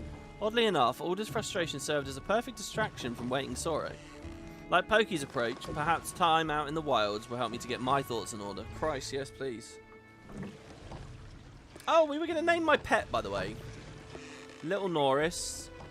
I had the suggestion to call it Wayfinder 2 in reference to Commander 2, which was the name of the pet that beat the personal story for me. Okay, so we're just going to help out as penance. I paid Alder and Pokey a visit, with my original intent on checking on the kid.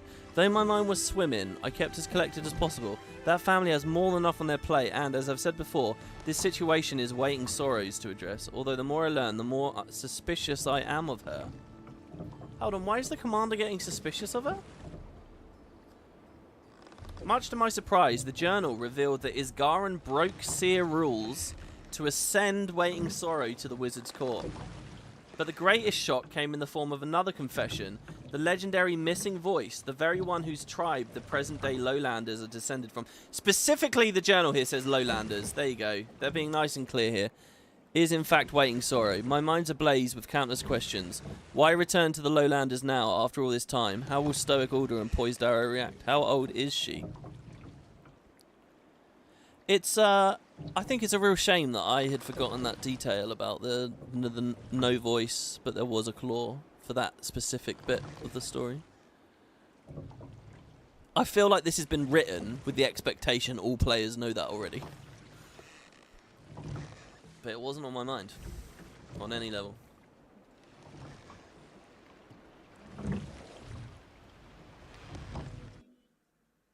Oh, here was the dialogue in Lion's Arch, thank you. It is not often the lowlanders leave the forest, so you know each other? No, they've always kept their distance from the Shiver Peaks, and we avoid their bay. Why is that? Disagreements far older than me or you. A lot of that strife sank with awe, though. I'm curious to see them join the rest of the world. Oh, see, there you go, look, yeah, so they didn't give us any detail. Something happened with them in Ore. They had disagreements. It must have been about Coda and letting Coda in. To make sure the area is secure from the mist burned. Volunteers, please. It must have been. Because, can I just say, the Arctic Codan are pricks. They're nasty, judgmental, condescending.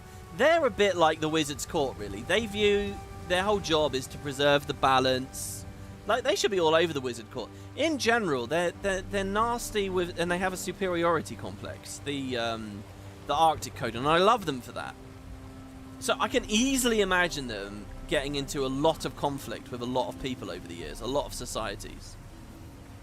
And the answer to why there's not many stories of that is simply they weren't around here for that long.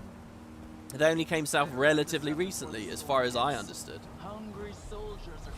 But yeah, the fact they'd have some big falling out with another faction of Codan, these lowlanders, who don't even let Coda in. Oh, that feels like there's a cool story there. Will we ever get it? I hope we do. Question now is, do we get the meta in on this episode? That would be quite nice. How long have we been going here? 3 hours. Sure smells like it. Camp's just around the corner. I love how it has a distinct smell, this thing. I'm going to go a little bit longer today, guys, just because the intro was pretty hefty. So let's keep playing. Not spoiling too much, but there is a side story about the Codan called Star-Crossed Lovers. Oh, do they do like a Romeo and Juliet where it's a Highlander and a Lowlander? That sounds like that could be rich with a lot of cool details.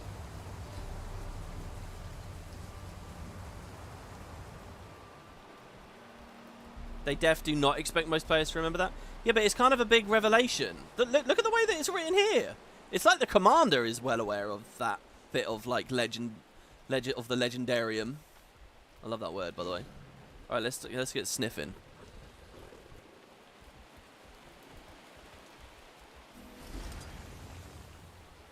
The hiding animal. We put it in a cage. Oh my god. There's grubs. I haven't done any events related to grubs since we've been here, so I'm going to go try and do that. Oh. Do you know what? Honestly, they're juggling like 3 or 4 really cool big topics here. There's all the Isgara and Eparch shit. There's the Bloodstone shit. And the Titan and the White Mantle Soul history stuff. Cordicus stuff. A Titan invasion going on, and this Codan stuff. They're all quite big, and they're all actually very meaty, really, if you're really digging in. It's quite good. I honestly, with the Codan side of it, I've been a bit... You know, the other topic, it's not that it's bad, but the other topics are just so good, you know.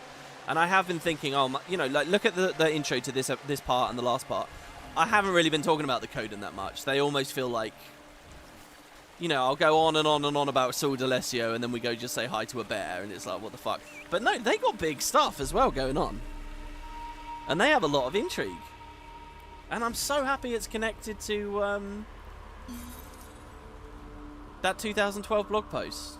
Or 2011, realistically, I think is when they were coming out.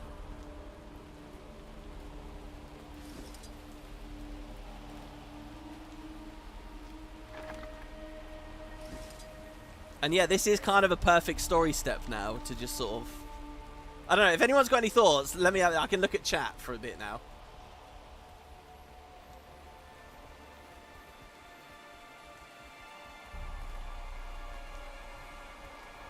And if any of you guys are wondering, like, what is the rage of Coda, what is the madness, as far as I remember from where I'm sitting, it has always just been posed as a mystery. Something fucked up about the mists and their style of communing with the mists and using it to guide them. They're letting something creepy and dangerous in. And it's never been like, oh, it's a Kryptis, or oh, it's this specific thing, or oh, it's a Titan or whatever. It's this demon, it's Kanaxai, it's that, it's whatever. There's been basically no detail at all. It's up to you. Not to worry. And obviously that slots You'll really get you nicely back to into this your old arc. self. So, I mean, maybe there was something in the Icebrood saga that added a little bit to it, maybe. If it was anywhere, it would have been there. I'm finally getting used to that Mace 4 there, by the way. See how we managed to tag a kill with the little pulsing shockwave. I should really be getting the Titan Amber. WP, do you remember that you clocked Waiting Sorrow was the missing voice during the first stream? I think when we were meeting Fading Aurora and hearing the voice of the story Lowlanders. Yeah, I did, but when we were talking about missing voice, that was in the context of just these little guys here, is what I was thinking of it as. Like a couple of years ago, maybe I remember talking about it and thinking the timeline was a bit weird and like, did it really work or whatever. I wasn't sure. You know, just an idea. And it turned out to be right, but you know.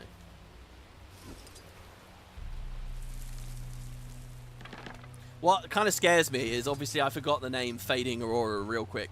I still don't. Who else was at that council? I still don't remember any of their names.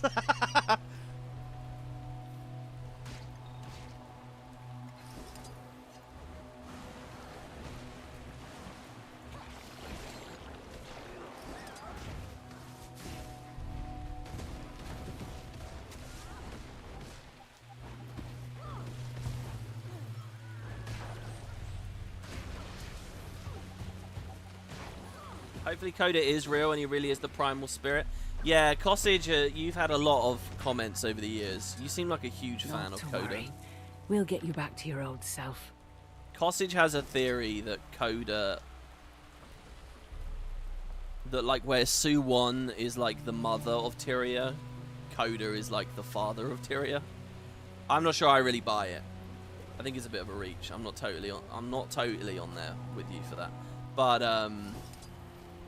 I mean, it would be nice. And he's been talking about Coda for a long time, since even before that. Moving into End of Dragons itself, I remember, had a lot of high hopes for Coda. See, the 4 can hit really hard there. But we actually had a good go of it on the spear for that bit.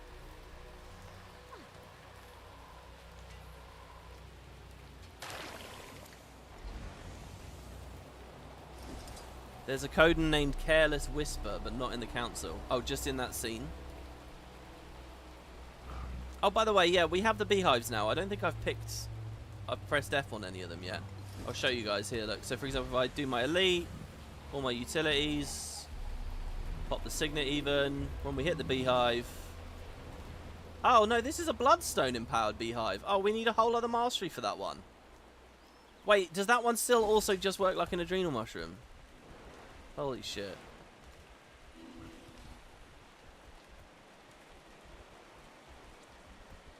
Well, yeah, I seem to have got really distracted. I was going to fight all the grubs, wasn't I?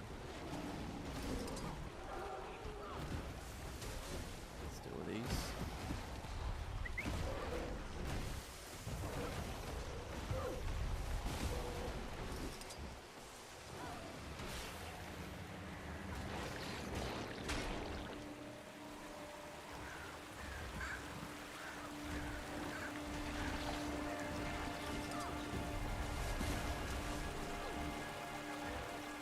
See, because, like, I don't know, like that message we just read a second ago, like, just casually name-dropped Sidoni and was talking about Sidoni. it's not going to be very clear to most people running through this who Sidoni is. I mean, it's like we said, though, you don't need to get 100% understanding out of this story to like it. It might make you love it if you do, but hopefully you can have fun anyway, right? Like, as long as the boss fights are cool and stuff.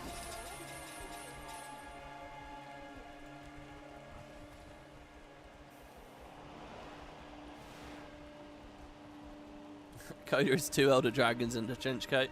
I personally have never been that captivated by the spirits of the wild and stuff like that as like actual corporeal like actors within the world. I like them as like belief systems and in rounding out various cultures, but as actual like tangibles, I don't know, there's something about it that's just a bit like. But then again, actually, one of my favorite things about the world building here is was the detail of the dead and missing and lesser, smaller spirits of the wild, you know. Like all the shit about owl and family values and stuff. I think that was all really cool. So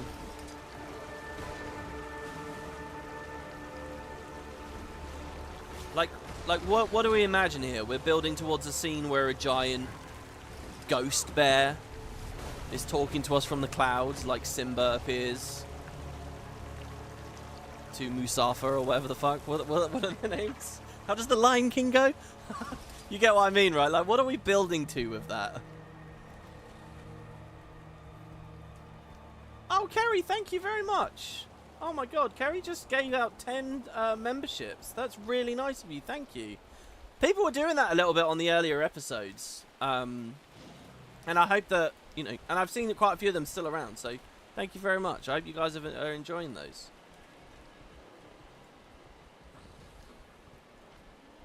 I got it the wrong way around. Yeah, I thought I did. Simba's the kid, isn't it? Thank you very much for that. Let me scroll up here for a second. Okay.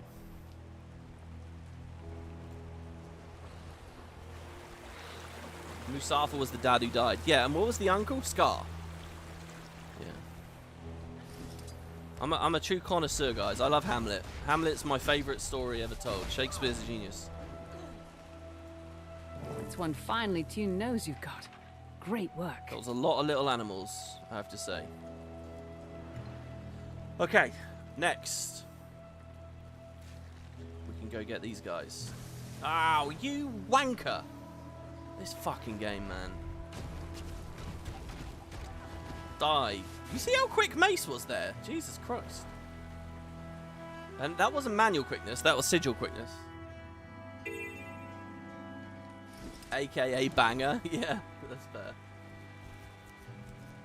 Kerry, we've never watched The Lion King, have we? Together. Would be interesting as a possible father parallel is if Coda dying would completely cut Tyria off from the mists, since Suwon dying would have made Tyria being taken over by Void. Yeah, I mean, this is that thing, though, where it's like... Oh, did I miss this? I'd quite like to not miss it, since there's achievements and stuff for these. I'm still not very satisfied I have a clue what the fuck void magic it really is compared to ley magic, compared to filtered dragon magic, and all that shit. I'm still not really satisfied by all that stuff, so... You know, if ArenaNet run at light speed away from the void and never look back, I think I'll be fine with that.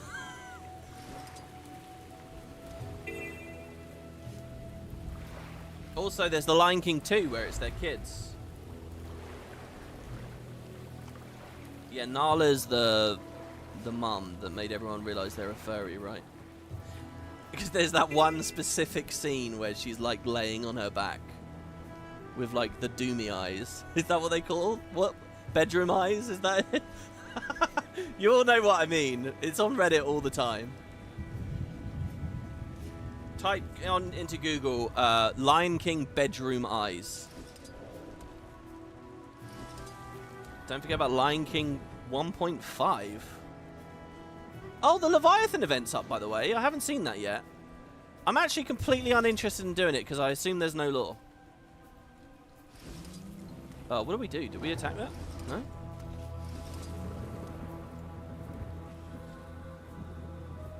Use your Warclaw to collect seedlings covered by ash. Oh, okay, we can collect it. We just... the position was weird. Inside, destroy the uvula. 20 minutes till it's eaten its fill. You know, if I see it starts dying a bit more, I might pop over there. Oh, fuck it. Let's just grab this and go over. Let's do it. Not to worry. We'll get you back to your old self. Oh, sorry. Here's a seedling. This feels very Sylvari appropriate to me. I like to think of a world in which your race affects some stories halfway through, and I've got this one because I'm a Sylvari. My innocent eyes will not do that search. I mean, it's just going to be a screenshot of the movie. This event is different from the Cantha one because it doesn't need a skiff. Yeah, in Cantha you drop depth charges on it, don't you? It's low. Alright, let's go down. Woohoo! Back to spear, but underwater this time. I do not have a good build set up here. I have nothing for that break bar, realistically. I'm going to stay back and keep harpooning away. Ow, Here, you big boy. He is not aliased at all, by the way. TAA is looking really good here.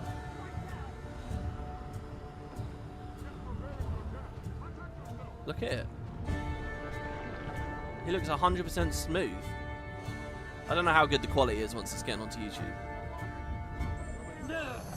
Nice. Starting the unknown, not unlike us. Haplessly swallowed whole while exploring this island. May they finally be avenged. We owe it to them to finish our work. And a bit of ambergris as well. I hope ArenaNet have a sync for ambergris in some content soon, just to keep the money on it. Because money on ambergris means fishing is cool and fun. Fishing is a weird thing, by the way, guys, where I kind of want to have it in this Let's Play. But...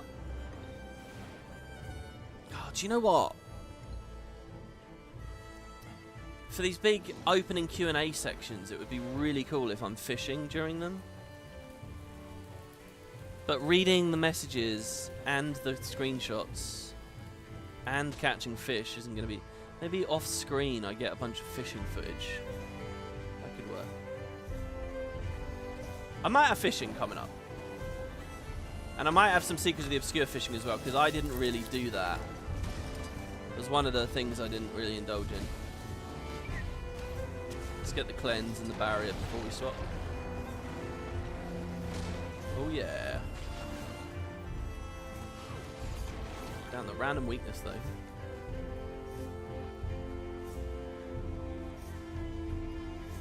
Fishing is cool and fun. Yeah, I like the fishing in this game. I think it's good.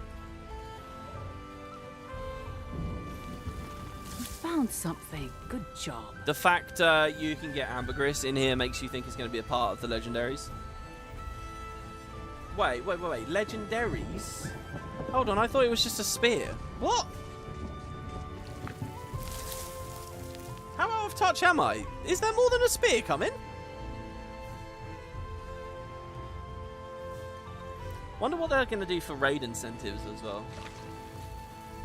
Whatever happened with the sea horror that made the Kraken and stuff flee? Did we learn what that? No, we haven't learned what that was yet. That's just still set up for down the road. Great work. And it's good setup actually. There's like 3 really interesting stories around Cantha that hopefully they'll get to in some mini X-Packs. The Eldritch Horror is one of them. They talked a little bit about the Lagos in this as well, and they might pair that with that. I don't know. Do you know what? This was obviously not much, this story step, but I really enjoyed it. Finally, Q knows you've got. Great work. Because they just gave me so much shit about, like, Isgarin and the history of the world. It's nice to have a moment where we're saying, okay, you can chill for a bit. I still want more core Tyria content, though. The 2 Lions at Arch instances were great, but... can we not have an act in core Tyria? I really do mean a full act.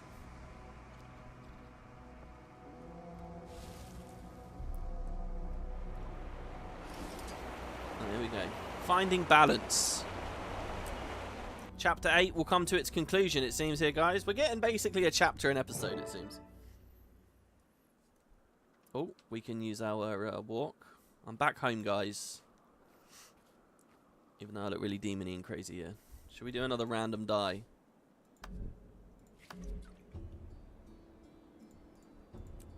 Not that one, not that one. Not that one. It's too similar. Dun, dun, dun, dun. There you go. Hello.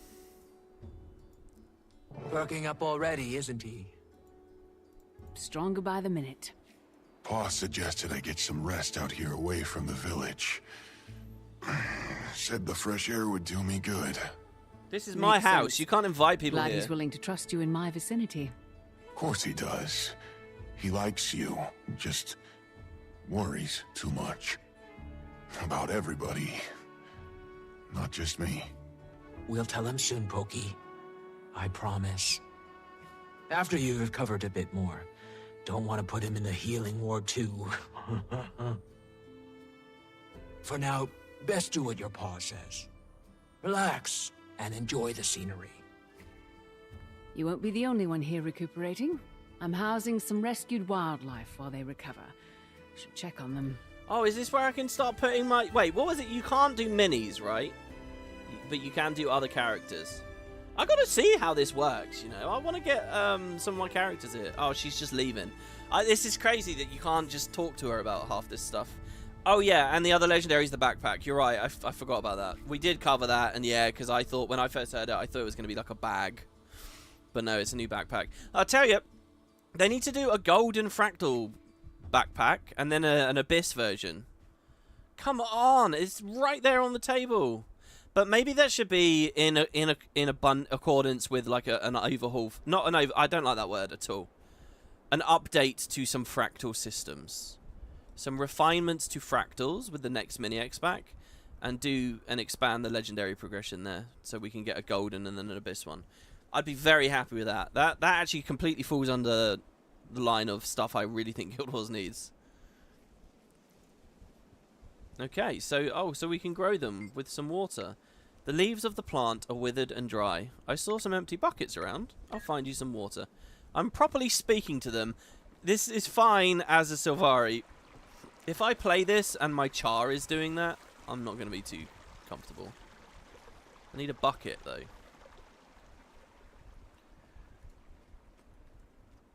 Oh, there's a bucket. I see it over there. What's she giving me? So, is this the same magic the seeds use? Very similar to that. Huh. That's neat. Oh, he likes the magic. Teaching trust. Witness a teacher and pupil rebuild trust. Oh, I'm witnessing. Okay, we get some water. Wait, and it's empty, so we actually want to fill it up. Do I need to just step in? And oh, yeah, just stepping in is enough. Ground target or just stand near? Just stand near, looks like. Sounds like very icy, sharp water, doesn't it? This is your own home, but I'll be showing up whenever I want and with whomever I want. Others too may as well. Rest and relax in your new home. Yeah, I know. I never quite finished what I was saying about that a few episodes ago, but there was a moment where the Pact Commander, sorry, the Wayfinder, was like, oh, drop by anytime, you're welcome whenever. And it sounded like if you heard that in real life, you'd think it was sarcastic as fuck. But obviously it's not. And look, they've taken us at face value. So we also need to tend to the need of all rescued plants and animals. So these are the animals I just collected. Oh, it's hungry. It's black as well. Wait. Can I just dye my Warclaw? Of course I can, right? Yeah. No, that's a turtle. Which one's the Warclaw? Here. Oh, of course I can. Didn't even really think about this. Should we have a black one? Well, I don't know about all the rest, but I'm going to make my saddle red at least. Wait, well, one of those channels I swear was hitting the... Ew, but it's that bit of the saddle. I'm not sure I like that. These are also way too... It's just too loud, too strong. Oh my god. I might just go with regular ass red. Let's just try one of the vanilla ones. There we go. I bet they didn't lose all their detail. Okay. Or I could do yellow. We got a real yellow theme going on here. My skin colour, the back, all that stuff. Anyway, you're hungry, are you? Well, I have a barrel of cured meats here. Thank you for not going in yourself. Nom nom nom nom. I've got some hay. Should we feed him some hay as well? Oh, we got a crab. I didn't realise one of the things we collected was a crab. That's cool. The little love hearts. What's this here? It's a hungry rabbit. So will these things just be here forever now? Like, can I decorate and place them? Oh, I kind of hope not, though, because that could have been its own feature. Hold something off for next year. There you go. You got a rat. Oh, a duck. Which is nice, considering I have a mini duck. Can do the owl. Who else we got? We got a hungry person, a thirsty person. Oh, these are just empty buckets now. We're gonna have to go grab some from over here. Make it pink, WP. You know you want to. What? The Warclaw? I'm not really a pink guy. It still aggravates me to this day. Every time I commander tag up, it's pink and it's the cat one, which is literally the two options I would pick last, and it just forces it on me. Got a lot of aliasing on the plank over there when I was further away. Bit of shimmer, annoying. I mean, like we do have pretty good shape around here. We have the pink petals. At this point, our time is probably best put towards research. No, I'm gonna help them all. Wayfinder, you should return to the Isles. Seems they're a hotbed for stranger activity. We'll keep an eye on the place. No, what? Unbelievable! I can't believe there's... No, I would not just leave her at my house. I would talk to her. I'm lying to everyone on her behalf still. The animal limps with difficulty. Its leg appears to be broken. So it's a bit harder now because I don't get the right icon. Hard to tell if that's intentional or not. But let's see. Because we got an achievement here. Tend to the needs of all the plants. There we go. We can help that guy. Wait, did I just hear a buzzing? Was that a bee? You were injured, weren't you? Oh, I can see from the tag. Injured, hungry. Like their guild tag. This raven's hungry. Bzzz. Oh, but he doesn't want to eat that specific kind of food. That's cool. I was wondering if they were interchangeable earlier. Okay, so will you eat meat, the raven? You will. Oh, an injured bee. Oh, look at it. It's so cool. Can we get an everlasting combat bee tonic, please? Now, I know that sounds like a challenge in terms of like getting all the animations to work on a bee. But let's do it. And then just add it to the character creator. There you go, new playable race. Have you guys noticed that you don't ever really get bee people in fantasy games? Name me a fantasy game where I can play as a bee race. You know, like in Elder Scrolls, there's like the Argonians, you know, like reptilians. And there's the Khajiit, they're cats, you know. In Grimrock, there was that like insecty race. Stellaris has fuck tons of like slugs and stuff. But there's no bees. There's no bee in Stellaris. There's a moth. And like a butterfly. He's hungry. What do you eat? Do you eat meat or do you eat hay? A fawn. You want to eat hay. Okay. They're omnivores, aren't they?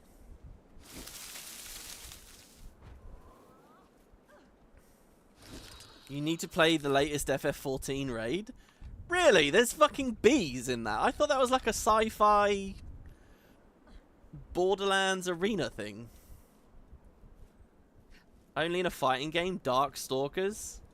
So is it like a humanoid bee, or is it just a straight up bee?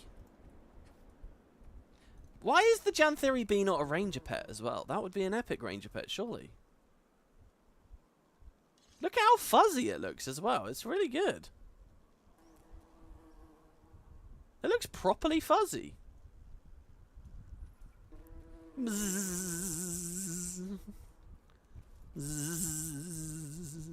Okay. Sorry, everyone. Losing my mind a bit. As you can tell, the end of the episode is coming very soon. Plant fertilizer. Because they're malnourished. By the way, you know I told you guys I was growing a potato? It has not sprouted a single root. Neither of them has. I have one sweet potato and one regular potato. I don't think the experiment's working. Oh, has it got a root on it? Well, I was expected to go into the water. There might be one that's coming up.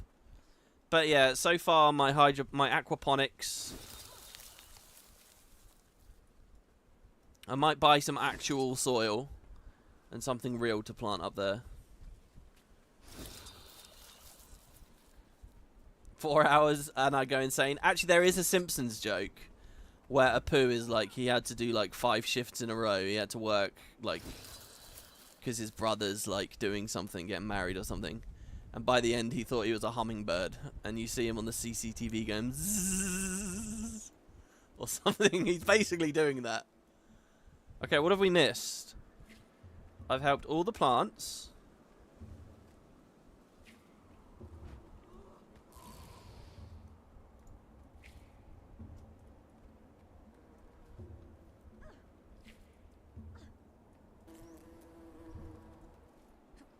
Oh, they're over here. A thirsty frog! Oh, and it's so small. I wish I could lock the camera on, like in 14, so you can get a good look at all the assets. Hello. The animal limps with difficulty. Its leg appears to be broken. Here you go, sir. Or ma'am, I guess. And then the frog. What would the frog want? Meat, surely. Meat, good. Do you want some meat? The animal licks its lips as it wanders aimlessly, clearly dehydrated. Oh, you're thirsty. Sorry. Well, I think I should just be able to put you in the pond. Oh, you're thirsty? That's like extra annoying, but don't worry. Here at Hotel Potato, we take care of all of our visitors.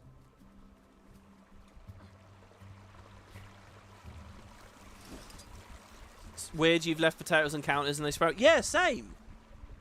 Same. Well, I mean, what kind of time scale should we be dealing with here? Like, I've left them in dark cupboards and they've grown. I think there is one that's sprouted at the moment. I think I can see, but not into the water. And what I wanted was the nice roots. Foster parent. There we go.